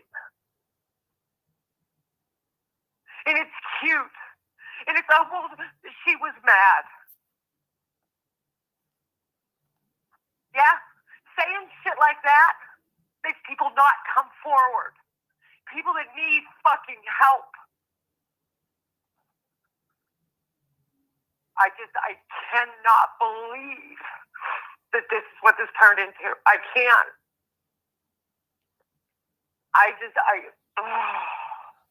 No, I can't either. I mean, I was having what I felt like was a debate about her morals and how she runs things on YouTube, and then it turned into accusing. Help me out, Kimberly. Was it an accusation that she made against me? I don't even know how to fucking think about. No, what she did, and I'm here, just like in one of the clips in the video. Hold on 1 second. Can you still hear? Can you hear me? Yeah. Okay. I think we sound good. She said something about, I know that's why Sinner's fucked up in the head because she's telling everybody that you were assaulted as a child. So, bitch, what you're trying to say is every person that was ever assaulted as a child is fucked up in the head? Huh? Is that what you're saying? Yeah, I mean, to me, that's what she's saying, and how profoundly disturbing. It was used to try to shame him. It was used to say, look, he was molested as a child. That's why, he's fucking my daughter. Get the fuck out of here. I didn't know This is when I unacceptable. first heard it. I didn't know how to talk about it. I mean, I had a live scheduled, and I was like, there's no way I can't talk about this. No matter how I talk about this, Yeah. it's gonna trigger someone. So I just did it the way I do it. I just said what it was. It's fucking insane. I mean, I don't know. You do things your way, Sinner. I mean, that's the only way to be, right? I mean, we're all different. Nobody's ever going to agree 100% of the time on stuff. We're just not. No, of course not. I'm just But shocked. because everybody hates Sinner, the big bad wolf. And I get it. I understand though how, the way that you are like kind of outspoken, which I am too. But you're a male. Yeah. And for women, some women that have had, domestic violence issues in the past, it triggers them. I get that. Trust me, I know. I'm not your fault. I'm reading books about it because look, I wasn't put on earth. I'm with natural tools. I'm not equipped naturally to deal with someone who is standing in front of me as a complete open wound, just bleeding on everyone. I am admittedly am not an advocate because I don't even have the tools to even give any sort of. I would pass that off to somebody that's far more experienced than I am. And the thing is, how pointed and aggressive I am does trigger people, and I understand that. But I'm not the ones that hurt them. I'm not the guy that hurt them. Right, and you're right. You're not. I mean, the thing to do then is if you're triggered. If anybody's triggered by Sinner, just don't listen to them. That's all. They're not bad. You're not bad. Nobody's bad. It's just the way it is. Some things trigger people. Some things don't. And as far as like people being afraid of me, I mean, if you're a terrible person, I'm Sinner, perfect. I'm not afraid of you. No. You know how Pittsburgh girls are. We ain't afraid of shit. We've had nothing but like a respectful. We don't even. This is the most we've even spoken ever. So I mean, I don't know what the fuck. But here's what I have to say about people being afraid of me, though. Let me just finish that thought real quick, and then it's your floor. Go ahead. I'm sorry. As far as it being afraid of me, listen, if you're a terrible person that hurts children and you just all your purpose on life is to hurt not just random people, but people that I care about, then be scared. Then you should be afraid of me, but not the way you're portraying it. Portray it in reality in a way that you're intimidated and you're afraid of me because I can so eloquently point out your downcomings and how terrible you actually are as a person, Rebecca. That's what it is. It has nothing to do with my character or me hurting someone or people being afraid of me. It's you being afraid of me, and I'm perfectly okay with that. Sorry, that's my bit. Yeah, people are afraid of the truth. That's all it is. Yeah. I'm done. I have had it. I know there are a lot of survivors in that chat. And and that's something that I'm not going to get into here now, but I had someone reach out to me that was life or death. I know. I heard about it. I don't know if I don't know if I was supposed to know about that, but of course, I found out. Right. That's fine. It doesn't matter. I'm sick of it. Fight. Go ahead. Argue. Go back and forth. Talk about this, talk about that, talk about cellulitis, do this. I don't care. I don't care. But what nobody will ever do when I'm around is try and minimize any kind of sexual assault. Ever. Ever. And I don't care who you are. Yeah. I mean, I thought about it as much as I could about what she, this just sick, weird fantasy that she dreamed. It really is sick. I thought long and hard about it, and I still can't come to the conclusion. I don't know if it's better or worse that it's not true. I don't think it makes any difference. I mean, yeah, it doesn't. It's just it doesn't, Sinner, because she was trying to push me. She was trying to push me to hurt myself. In making up a story like that. That's simply what it is. She was trying to hurt me. Knowing you're struggling with alcohol right now. Yeah, she's just trying to. I can't. She's simply pushing down the gas pedal in hopes that she can run me into a brick wall. And I hate to break it to anybody that's rooting for that. It's never going to fucking happen. So. Yeah, I left from over there. Like, I knew Queen for a while. I mean, I always supported her. I remember there was like 20 of us in chat just fighting about shit. But I left there the day that she, which I later found out was Lindsay Lee, go get beat by your boyfriend some more. Okay, so And of course, I put my rant out on a community post, and that was that for me. Oh, see, I distinctly remember when that occurred, and I had no idea that you were still riding with her at that time. I honestly didn't know. I was enamored by you because of your accent. You know, we grew up on the same tap water, so I mean, I've natural. I've got natural loyalty to you. I mean, that goes unspoken. Right. But you're not Well, always you don't always support. In fact, let me correct something because this is something that Unsupervised impressed upon just me listening to her live stream yesterday, as well as Just Irish. Shout out Irish, one of the best in the business.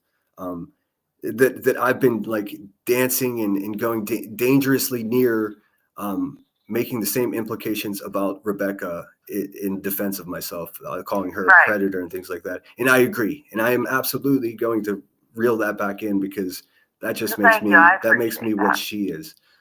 It's just that anger, man. It's that anger, man. Like when someone says something about you that's so profoundly fucked up that my natural reaction is hold my lemonade. You know, it's just I can't help myself. No, and I get that. And that was the whole point of that. It was to show, listen, you can say some things sometimes that you don't really think that in your head that, oh shit, this is what I may be actually putting out. This is how people may interpret what I'm saying. Yeah. And I get that. And I have no problem, but that's why I have such great respect for you because you're like, you know what? You sat with it for a minute. You're like, you know what? I probably shouldn't say that. Yeah. Well, I mean, I don't in any way feel that she does anything like that or is capable. The video shit, I obviously have big questions about, as we all should. But I mean, I'm not making implications that she would actually, and I get it. And I hope I never explicitly made anyone feel that's what I believe.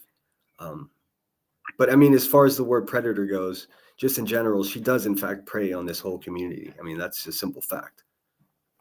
Right. Well, even like in the video where I put up that part where that man was killed. He was killed over a lie. Yep. A lie. His wife was telling people, because she wanted a divorce, that he was sexually abusing his children. So guess what happened? They went to his house and they murdered him. And they threw him in the back of a car. Yeah. And I get, people roll their eyes when I say, you cannot go around insinuating someone is a predator. And that's exactly what or a sexual predator. Yeah. Now, she didn't say you're a pedophile or anything, but what she did. She did have a clip of her straight up calling me a pedo. In those exact words. I'm sorry I didn't get it's been a rough couple days for me. I wanted to get the clips together and send them to you. I assure you she did. She did. She let it slip. She said she straight up said it. But here's a bigger concern of mine. I don't know if you caught this sorry, the neighbor's hammering something, nothing I could do. I think a lot of people overlook this little nugget in all of this. Not one, but two different homes she showed. One I went to college in, that home I woke up in the morning of 9/11. That's how long ago I fucking lived there. She's showing that apartment and she's showing a house that I lived in maybe 6 years after that. But both houses well Are over. You kidding and me? She's saying a predator lives here and she's giving the address of those homes. So I've been in constant correspondence with my buddy, just happens to be a Santa Barbara Police Department or officer. It's another organization called the Isla Vista Foot Patrol that patrols that neighborhood because that neighborhood she keeps showing is like a dormitory for the University of California, Santa Barbara. It's one big apartment building, all full of exchange students. Everyone's 20 and suckling on a bong. Like it's not some place that she should go be looking for me because I don't live there. I told her exactly where I live. So she's putting strangers in danger and they're fully aware of it. Yeah. I've been on the phone with her senator, her congressman, her mayor. I'm not fucking playing around.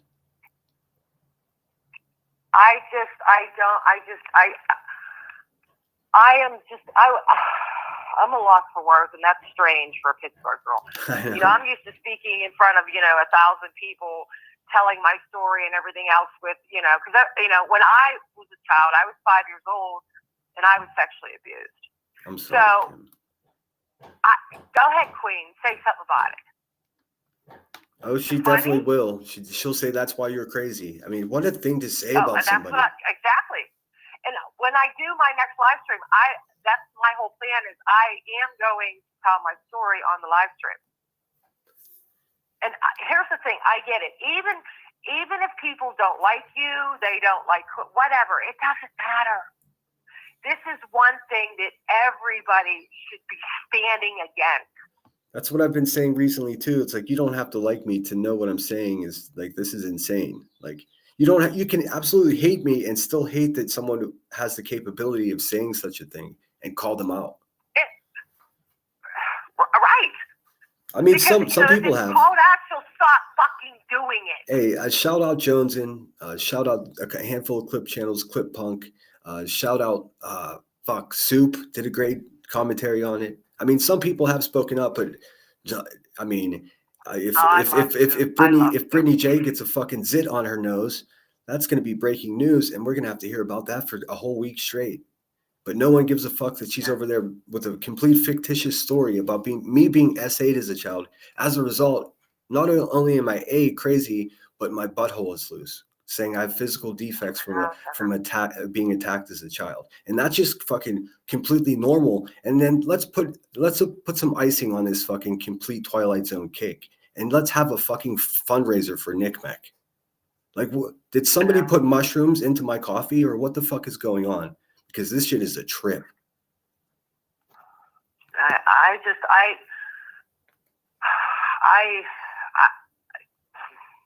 just speechless.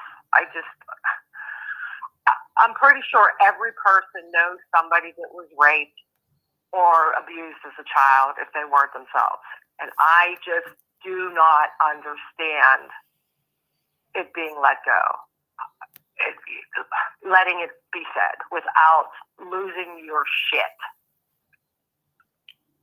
Because this is the problem, and that's the problem. It was always, it's the boys will be boys. And that's just not even for women. Men are sexually assaulted. Yes, they are. And it aggravates the hell out of me that you will see people, because I guarantee you, if Sinner said the things that she has said multiple times, could you imagine? Your head would be on a stick right now. I mean, could you even imagine if anyone else except for, I honestly mean this, if anyone else on YouTube, whether it be in Krama, whether it be in Boyd or whatever, if anybody said what she's been saying about me, if it wasn't her, they would be destroyed for it. Somehow she's protected by this circle of goons, this cauldron of witches. Well, let me tell you what happened when I left the Hive. Like I said, I wasn't even in the live stream, so I didn't hear it. And then somebody mentioned it or something, so I went and looked for it because I guess I was at work like a normal person. That's what she said. But anyway, so when I heard it, I was just like, oh my God. So when I made my post, people were under it. They were outraged. They were so upset, blah, blah, blah, until they found out it was Queen Bee. Mm-hmm. Then they said, oh, she made a mistake. Okay? And she apologized, which she did not. Okay, people say that was an apology. It wasn't. No. But right after she made the supposed apology, she doubled down. I remember. I was there. She did. And it just infuriates me. Yeah, it's bonkers, man. I mean, it's crazy town, and there's no other way to describe it. Here's how it affected me. What she said. I first learned of it during the live stream. YBC, a little clip channel, was just like, "Hey, I just clipped the craziest shit she just said about you," and I was like, "Oh, whatever." She says crazy shit. I was completely dismissive of it, even in seeing what she said because there was YBC made a clip and it was music playing loudly. It was like, oh, she's just whatever.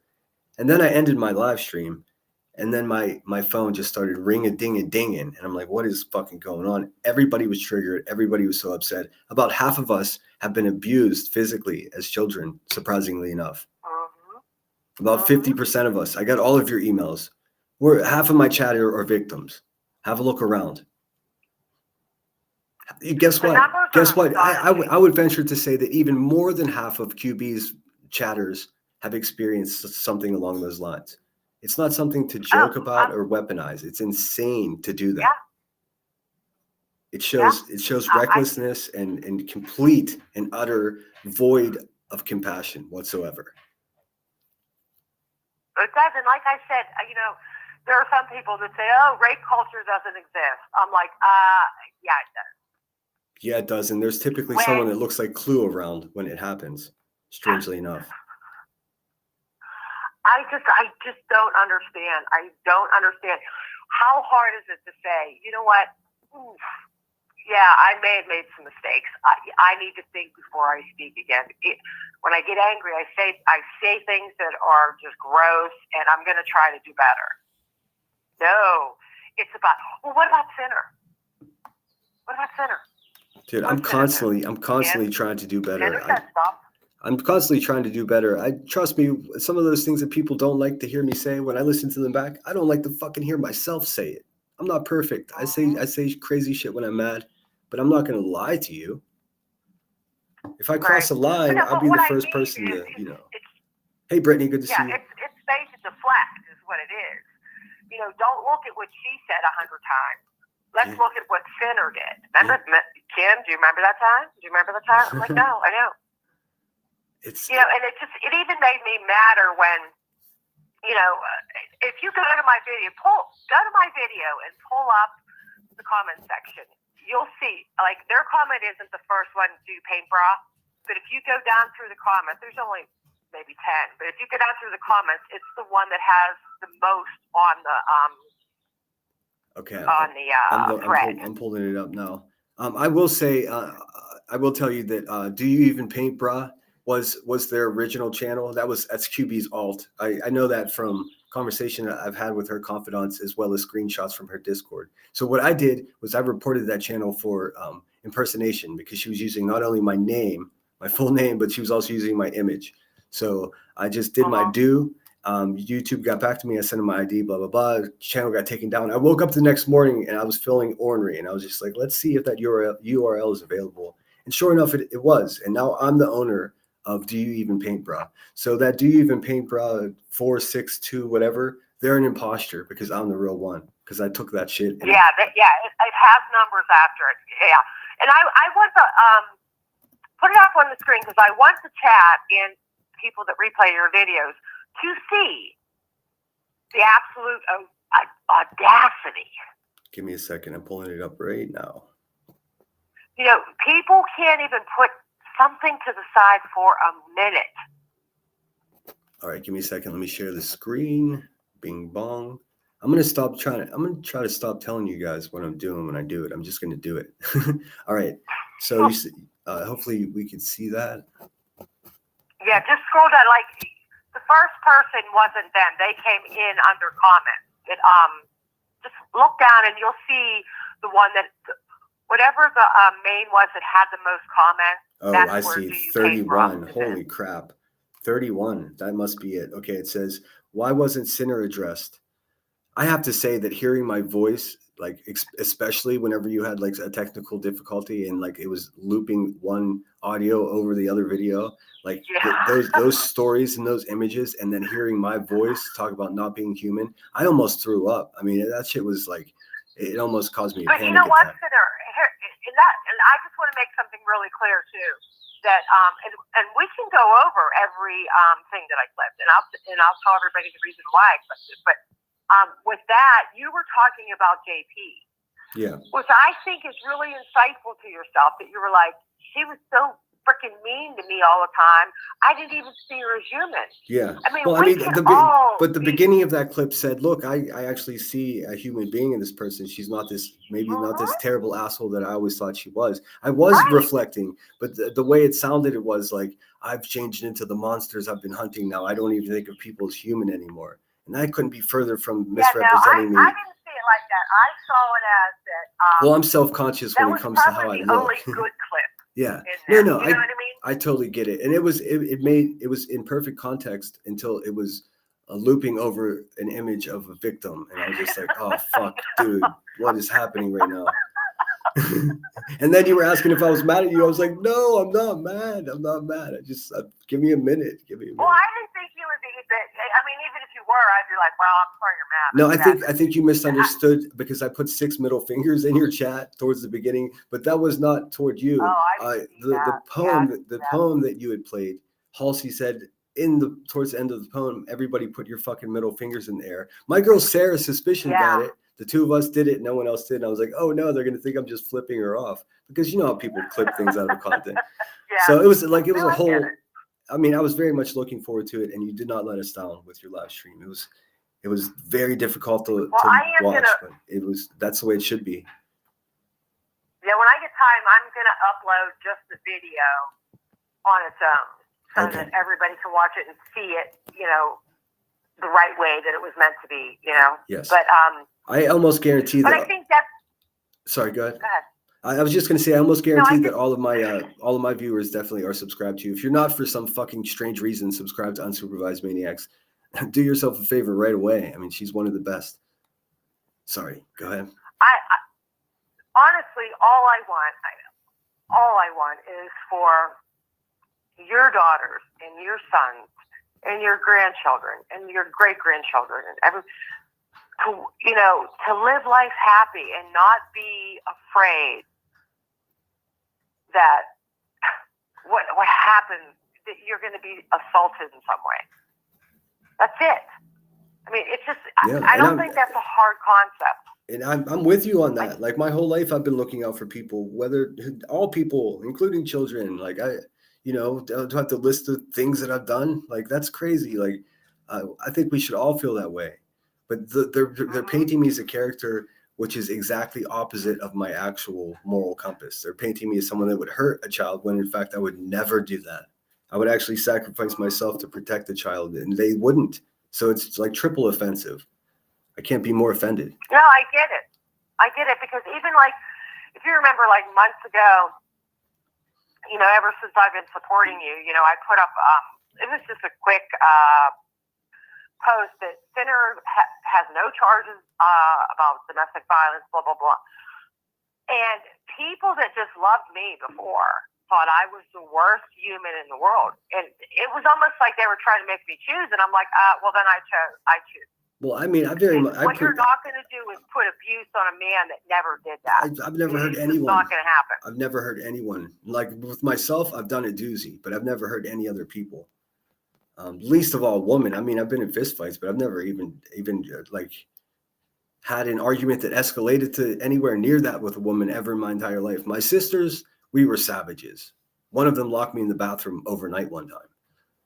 That doesn't count. That's a Pittsburgh girl. That doesn't, like, you know what, I'm sick of your shit. You're sleeping in the bathroom. But as a man, it's always been my duty to protect women and children, and I fucking do that with the best of them. So this idea that I'm different than that is just, of course they would try that, but I just have to chant it back because it's a crock of shit. Right. Because they want to slander your reputation because they don't want anybody to listen to what you have to say. Exactly. And they're so out of ammunition that they're talking about me being attacked as a child. Like that's what we've come to. This is the quality of my enemies. Let's look at this comment. It says, why wasn't Sinner addressed? The 3 teenage girls are afraid of his erratic behavior. My erratic behavior? Wait a minute. This is insane to say. 3 teenage girls are afraid of are you talking about Rebecca's family? I think they're more afraid of her than they are of me. Why do they even know about me? That seems like irresponsible parenting, if you ask me. They only know about me because their mother's a sick fucking pig who is planting these weird ideas in their heads about some boogeyman that's out to get them. When in reality, all that fucking boogeyman is doing is pointing out her faults and her flaws and her violence and all the rest of it. What are we talking about? It continues to say, if I were a mom, I'd be angry too. Well, she is a mother and she is angry, so you're rooting for the right team. If you like angry mothers, and you got one right there. What about his posting the info of an 8-year-old on YouTube forever? Never did that. That's completely false. Nothing like that ever happened. I would never, and shame on that person for saying that. Never happened. Oh, do you mean the police report where Rebecca hurt her child? There were no children mentioned by name or address or age in that document. Where this was this just a poor little sinner plug? He's a dangerous guy. I'm gonna like that. No, I'm not. Let's see. Sorry. I didn't mean to cut you off. This shit pisses me off, man. No, go ahead. I want you to read it because I want you to get to that. Read the entire comment because then she tried to say, "I'm scared of you." I was like, "Excuse me. I've been threatened by every rapist and domestic abuser in a 25-mile radius of a courthouse or a women's shelter. So save it." Yeah. If you guys don't know, our friend Unsupervised is an actual advocate for victims in real life when she wakes up and goes out of her house in the morning. So she doesn't just sit here on YouTube in filthy sweatpants getting high all day screaming at the world. She's a doer, not a talker. So and the thing is I'm, which I will get into, what I do and how I do it and all my education and everything on my video. But I want to say is, people like me are out there trying to stop this, not only for me, but for you, for your daughters, for your sons, for your granddaughters, for your grandsons. I just don't understand how anybody sees that as drama. It's so frustrating to me. And again, what worries me a lot is the fact that she uses that you were sexually abused as a child, and that's why you're a predator on her daughters. Oh, you know what? Unsupervised, I can't see. I'm looking at the wrong comments. Someone screenshotted and sent me the actual comments. It was from 2 hours ago. Okay. They have me blocked, so I can't see their comment. And the whole thing is blocked for me. Oh, okay. But I can read it from the screen here. Let's see. It says, give me a second here. Can you read? The person said, "Why wasn't Lemon addressed in the video?" Or "You're afraid of him and think what he might do to you and your family." What the fuck, dude? What is that? Oh, I lost it. Mm-hmm. I understand that these grifters are afraid of me, but they shouldn't be afraid of any kind of physical prowess that I may have against their fragile little physical state, because that's not the kind of battle we're having, dude. If it came down to like a physical, like a fight or an altercation, you guys would be done already. The fuck? I'm doing this with my words and with common sense. You're the violent ones, not me, dude. What the fuck? Suck a bag of D's. Well, see, Senator, they have to make you the bad guy. They have to, because they're not going to get money. So they have to make you be this man that is stalking 3 little girls, and you're doing all the things. Someone needs to do Rowena, because I don't do impressions. Rowena. I'm not that good at it. I'm not that good at Rowena. I tried.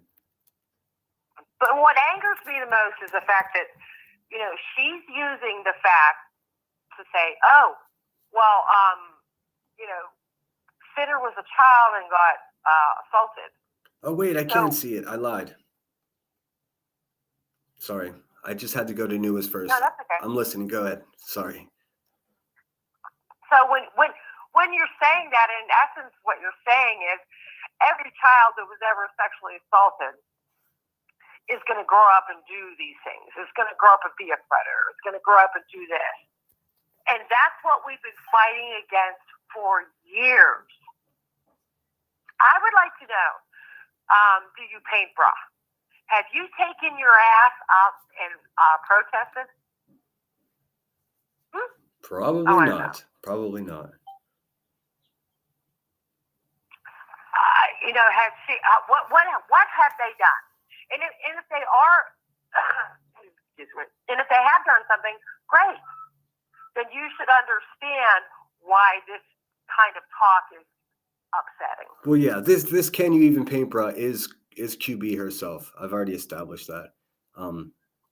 She had to whip this one up when I took the other one, and she very slyly stopped using a photo of me, even though she's a photo of some dude with a lemon over his face. That ain't me. So I mean, she's trying to be slick. The bitch ain't slick. This is her. You planning on making a video addressing the predator and his behavior towards women on this platform? That whole sentence is wrong. That whole sentence is just wrong.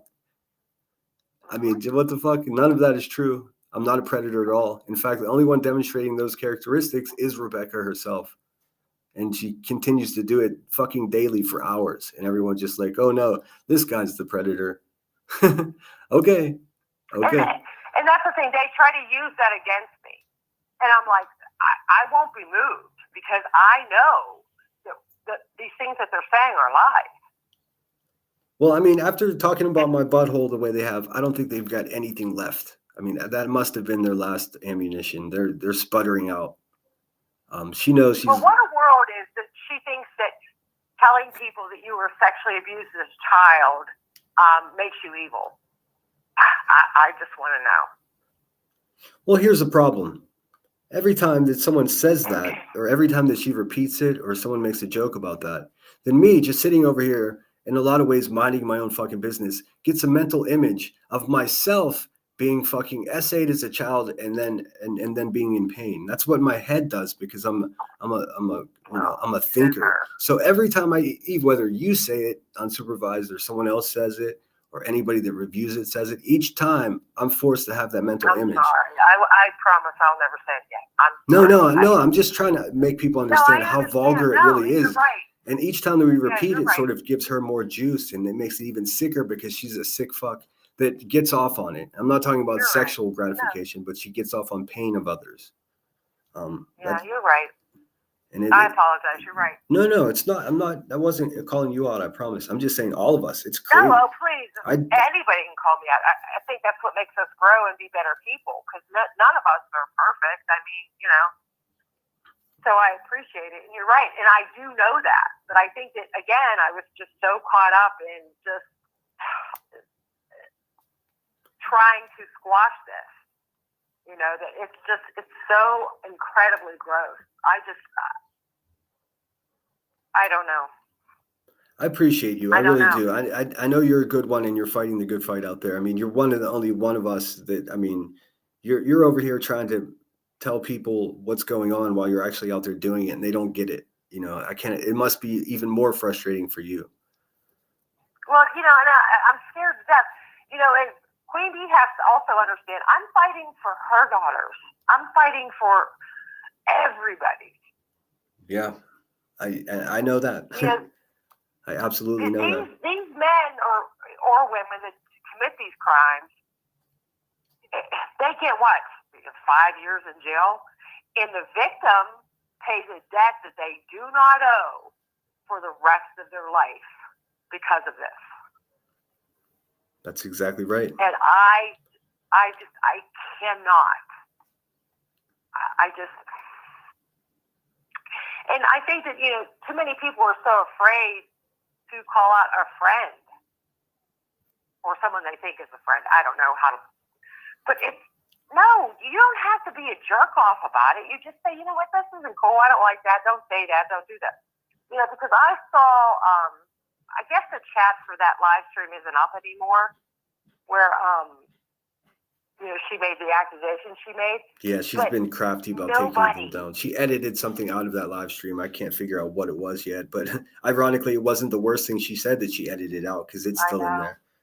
She put it behind a paywall, so people can now pay to hear a fictitious story about me being hurt in one of the worst possible ways as a child.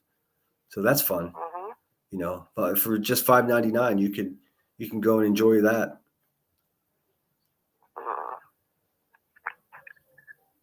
So disgusting. I mean, and today I'm met with this paradox of a charity getting $5,000-$6,000. They raise a lot of fucking money, and the person that threw the charity is am I the only one that's tripped out by this? Is that crazy? I mean, I don't fucking get it. See, Dude.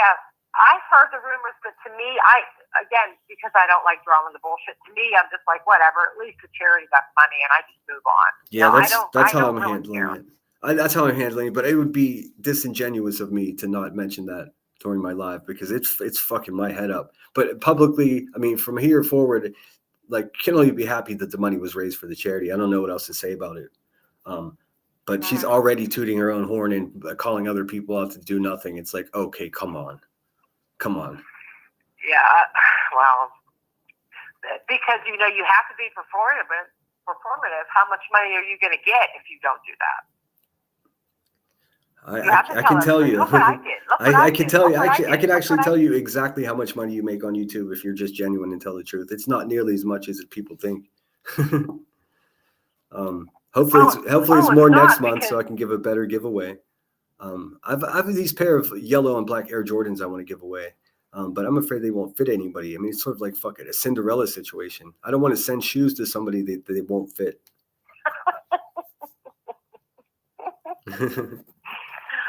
Oh my goodness.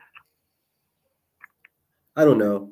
I'm just going to try to keep it light from here on out. Like I got to keep repeating the allegations or weird fictitious stories that she makes up about me because like I can't allow her fantasies to become part of my reality, Right. Right. And I think that's a really good thing, Sarah, because, and again, I think with what you're going through right now, this is really difficult. I tell you what, it ain't and easy. I just think it I seriously, I think that, I get it. Call her out and move on. And that's kind of where I've always been because I'm not going to make my days about any person. I'm just not interested in that. That just sounds like a bad time to me. Yeah.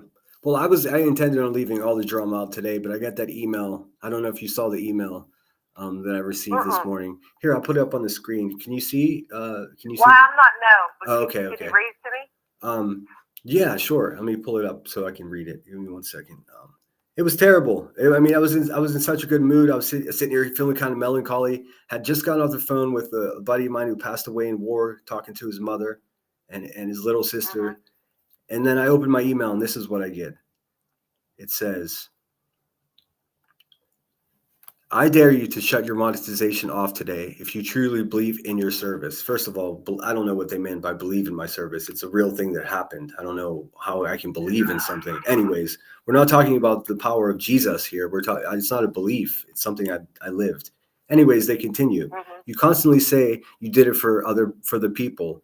Well, yeah, that's why someone would take an oath to put their life on the line to protect the Constitution. It wasn't a selfish thing to do. Anyways, so maybe you don't need to collect on it. So they're saying, oh, hey, Marine, it's Memorial Day. How dare you go live on your channel on YouTube? Get the fuck out of here. It says, I bet you don't, because you really don't care about veterans. You only care about you. And today is a perfect way to grift on something you barely contributed to. Wow. It ends. They signed it loser. That's how they signed it. I don't know. They were trying to call me a loser. Oh, so they're a loser? Yeah, they were trying to call me a loser, but it lingered way too far.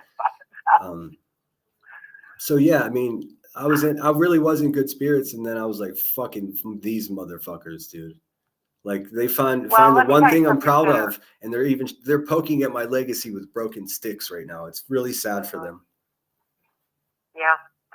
Well, let me tell you something, Sinner. I am too self-absorbed, bougie, and, to ever lay my life on the line for anybody. So I appreciate when our military does that. And thank you again. And I don't think anybody realizes what that actually means. I didn't realize what it meant that I did until after it was over. So, I mean, you don't really think that your life is in danger until you're in the Marines and battles are breaking out that aren't on the news yet, but you know about it because you got a friend that works in Intel. So it becomes this thing where it's a constant state of tomorrow might be the day. There's a reason we're training in the desert right now. I wonder what might happen tomorrow. I I don't know, just a bunch of things that veterans know that like people that sit in trap houses all day getting wasted don't understand. Well, I think that you should be really proud of what you do. I'm proud of you. Again, like I said, I don't have that kind of generosity to do that because I don't. I don't want to be murdered. I don't want to be killed. I'm not doing that. Yeah, So I appreciate everybody, not only you, but every family member whose dad didn't make it home for a 5-year-old's birthday because he was at war. Exactly. Or a bride that was 9 months pregnant. He didn't make it home for the birth of his child. That's exactly where my heart is as well. Like because I talk to them, I call them up because like they're on my list of fallen friends, and I call up their family. Sometimes it's just, hey, it's been a year. Then we remind each other it's been another year, and I could just hear there's no healing going on. Other times you can hear the life and the joy in the background where they've been able to healthily memorialize their missing son or father or brother or whatever it may be, and they've moved on in such a way that celebrates his life instead of sitting there. But some people are just sitting there getting drunk 20 years later, still mourning their son. So we just have to be really gentle with this shit, man. Like, yeah. I don't know. I just, like I said, everybody knows me. I don't like drama. I'm over it. I used to watch Days of Our Lives. That was my drama. Yeah. And I haven't watched that in like 20 years. I used to watch General Hospital after school with my grandmother as a kid. That was my jam. If anybody in the chat remembers Days of Our Lives, do you remember when Marlena became like the devil? Best stuff ever. But, it's so important. What aggravates me, especially when, these people say, oh, don't talk bad about parents, don't do this, which I agree. You should never do that. But then you're going to sit there and say, well, I didn't shame Sinner. Well, first of all, yes, you did, because you brought it to YouTube. Yeah, I mean, period. How weird. No, that's a thing. That's a thing that the worst of the worst YouTubers do. They say they say words, and the words sound very similar to this. Well, if I was going to weaponize him being S8 as a kid, but I didn't do it. If I was going to do it, I would weaponize him being S8 as a kid. So you just weaponized it in this weird false sentence that you're telling people that you don't do that, but you would do that. Yeah. All the while you're doing that. It's the ugliest little shuffle I've ever seen any crackhead do in my life. It's pathetic. Right. And I don't understand why everyone doesn't say, hey, hold on a second, lady. What the fuck? What kind of English language are you speaking over there? Like Brokenese. She's speaking Brokenese. Yeah. Shady's in the house. Hi, Shady. I don't get it. I just don't understand. It is so frustrating to me that, again, this has all been made into drama. And it's not drama. I agree. I mean, it really is. Like when it happened, when I first realized the magnitude of what she was saying, and then adding another line saying she heard it from my stepmother, the whole thing is made up. It was startling even to me that she's able to stoop so low. I mean, I really mean this. It's shocking. Is there no bottom? Like, listen, what else? The only thing that's next for her to say is for her to say that I'm a perpetrator of such crimes. And she's already said out loud, oh, just admit it. You like them young. You a freak. First of all, Rebecca. Oh, I know. That's at the end of my video. That's in there. First of all, Rebecca, if I was a sick fuck like Clue's ex-husband and was into children, that's not called being a freak, you broken-souled asshole. That's called being a criminal, a violent criminal, which I'm not, but you are. So what's the conversation we're having here? Burn in hell, lady. Honestly. What worries me most about what she says is, she brought the fact that you were sexually assaulted as a child to YouTube, and it's used as a weapon. So in her mind, anybody that's been sexually assaulted as a child, do you understand what I mean? It's just weird. Yeah. I just don't understand how she could bring that to a platform and say, this is why David's bad. And meanwhile, half of her own subscribers and members have experienced themselves that very type of abuse. I know. And they're just all co-signing. This is a real problem. What's occurring here on YouTube is a symptom of a much bigger problem, man. We are so fucking detached from reality that it's actually going to cause someone to unalive themselves. It's going to force somebody to actually drive to someone's house and commit a violent act of crime. Mm-hmm. I mean, that's all that's left now. That's the only recourse to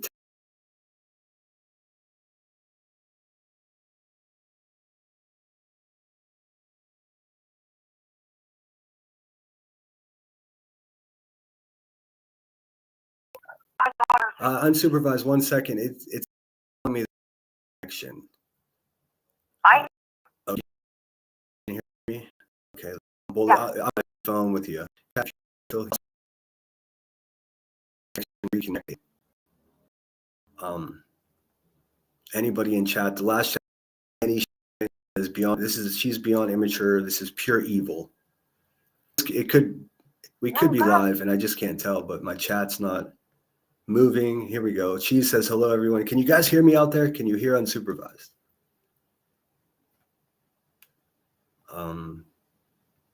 I think we're good. It seems to be working out. Sorry about that. You were saying.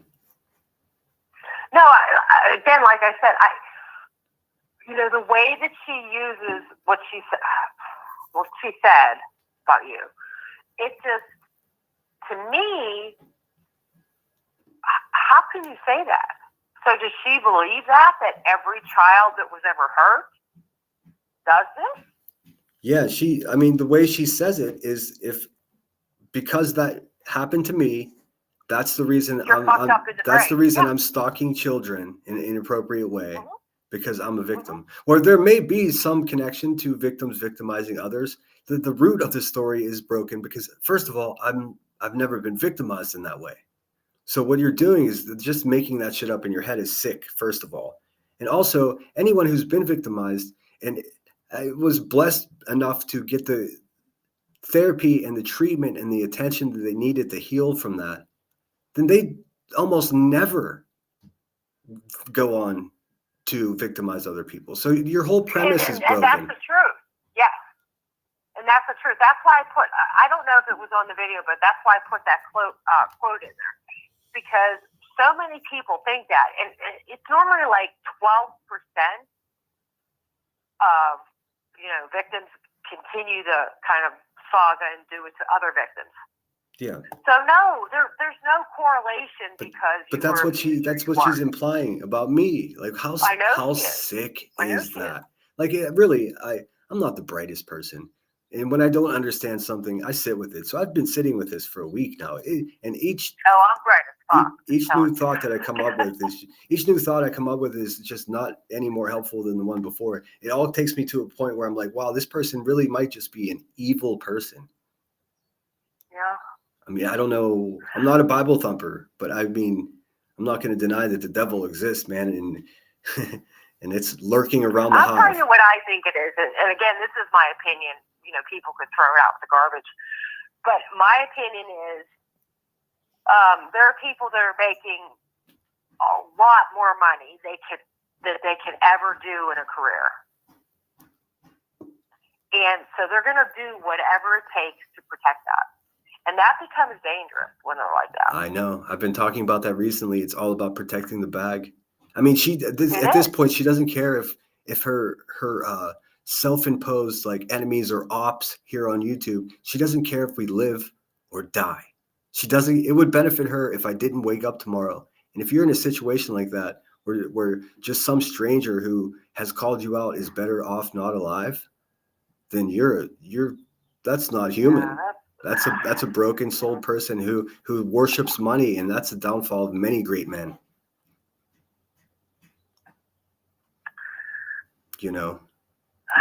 I don't know. Anyways, do you paint bra? Let me tell you, I will not back down. This is one thing you cannot move me on. It will never happen. Same.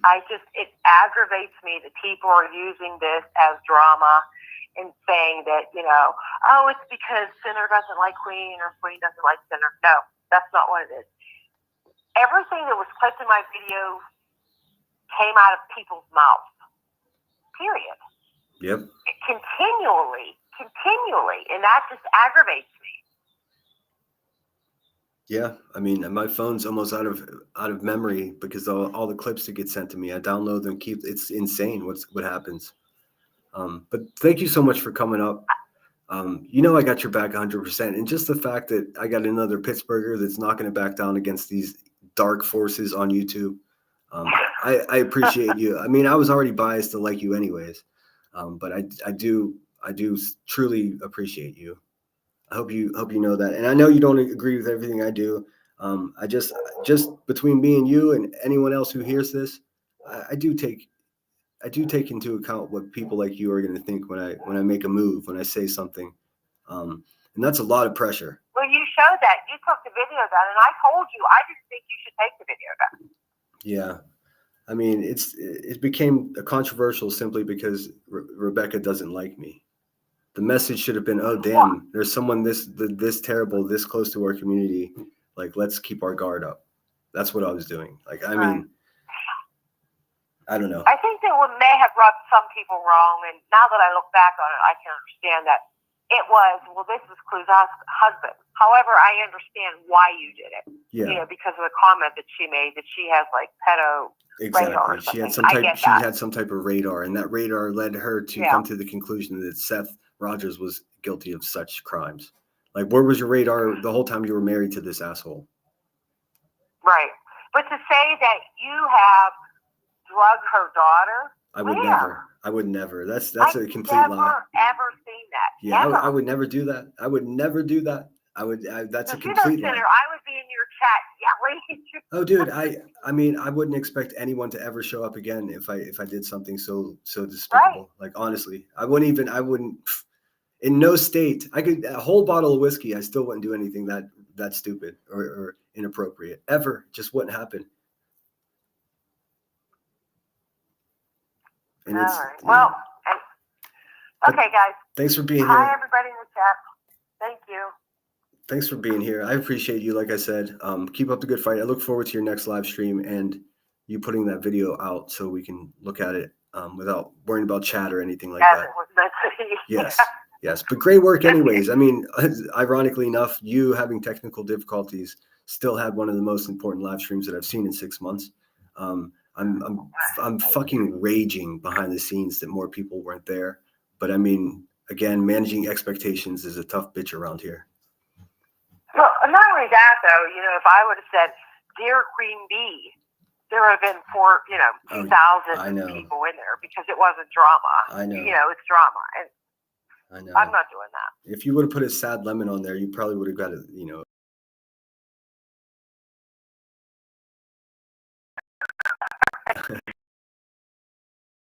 Bye, guys. Thank you for letting me come up. Anytime.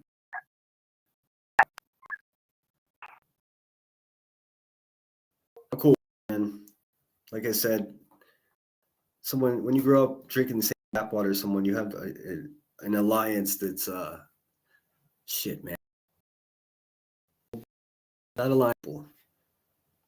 She implied the same. Yes, I know. We put that back into the universe, but I'm aware. She said the same thing about Chronicles of the Shady. She said the same thing about Jones, and she said the same thing about Jones's dad. I mean, this is a go-to for her. And listen, I'm not qualified to sort out why that is, that she uses that, why her brain has that. I could guess that would make me just as bad as her. But I got to end this. Emmy is live in, I think, just over 1 hour's time. I was going to stick around till then. I don't have much else to say to you guys right now. I appreciate everybody. This is Memorial Day, so light that candle. Shit, man, do it after you put the kids or grandkids to bed. Light a candle and think about everyone who sacrificed their lives. It's important. Always keep victims in the back of your mind. Like I said, I read my email. I'm a little behind now, but I know what's going on. About half of us have been through some terrible experience. Oh, Emmy's live in 5 minutes. Oh, perfect. Really? Is it only 5? Did I just time that accidentally perfectly? Perfect. Well, we're going to be redirecting to Emmy, so we'll stick around here for a minute. About half of us guys, and I don't share people's stories. That's their story to tell, but I can tell you what they're sharing with me in general. About half of us have been abused in some way like that. Half of us, man, look around. Let's not make jokes about it. We're here to lift people up, not to put them down. Enjoy your day. Get some sun in your face. If there's no sun in your sky, I hope you're able to make some for yourself. There are ways. I use ice cream. Usually does it. Anyways, if you find yourself in an emergency today or any day this week, make sure you slap that oxygen on and take care of yourself. I'll see you at Emmy's. Emmy's doing a fundraiser. Go spend your money on something worthy. I still got to me, the thinker. I got to take some time and think about how complex it is that someone that just is a negative force towards children in general in the world, like Rebecca, had a fundraiser to protect children. That is some complicated shit, man. Talk about paradox. You guys fuck with philosophy at all? That shit is far more complicated than people were leading on. I'll think about it for us, and then I'll have a more refined comment about it. Make sure you have the oxygen firmly on your own face in the emergency, because if you don't, you can't take care of yourself. You can't take care of anybody else. And right, Rebecca, we're not here to hurt children. We're here to look out for them. We're here to look out for each other, even the neighbors that you don't like. This is my outro song. I'll see you at Emmy's. Just sit tight in chat and enjoy the song, and you'll be redirected automatically over to Headstones and Headlines, who is doing a mellow, super awesome chat live stream, great conversation, and it's all for charity, any money raised. So show her some love. If she doesn't make at least $1,000, they're going to be fucking laughing at her, and I'm not going to have that. So I might spend my pay. I'll see you guys there. Until we meet again. As the neighbor serenades us with a beating hammer. Till we meet again, guys. Sinner out.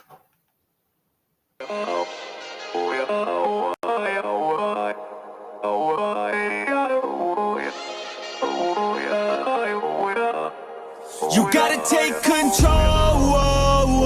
Life's too short. Get out of your head, make a better life instead. You gotta give it all your best. So put your hands up to the sky and live your best life, alright. Don't just let it go by, just try, oh my. Got only one life, got only this time. We gonna get it right. Oh shit, sorry guys, I missed a couple things here. I just want to shout out once again. Billy Jones gave me $19.99, says my sister and husband are buried at the Allegheny Cemetery, which, as you know, is free for veterans.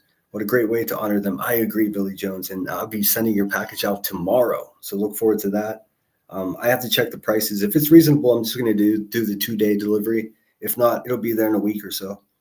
Crystal M also donated $19.99 to the Lemon Grove. Thank you, Crystal M. It says, thank you for your service. You're worth it, Crystal. Thank you for that. It's very kind of you. Angel of Light gifted 10 memberships. Welcome aboard to all 10 of those. Please thank Angel of Light. KCG became a member. KCG's awesome. One of my favorites. Has no problem challenging me when she disagrees with me. And the longer this goes on, the more I learn to appreciate that. Thank you, KCG. And Smoke and Mirrors came in last second with a $5 super chat that says, thank you for your service at Center and everyone in chat who'd served their country. Be blessed. Thank you so much. I'm going to heart those guys really quick. Thank you so much. Save a couple shekels for Emmy. She's doing a fundraiser, guys. Come on. Center out. Right, you gotta let go of those who don't belong belong in your tribe. So cut the bad out of your life. Yeah, do it one time, one time.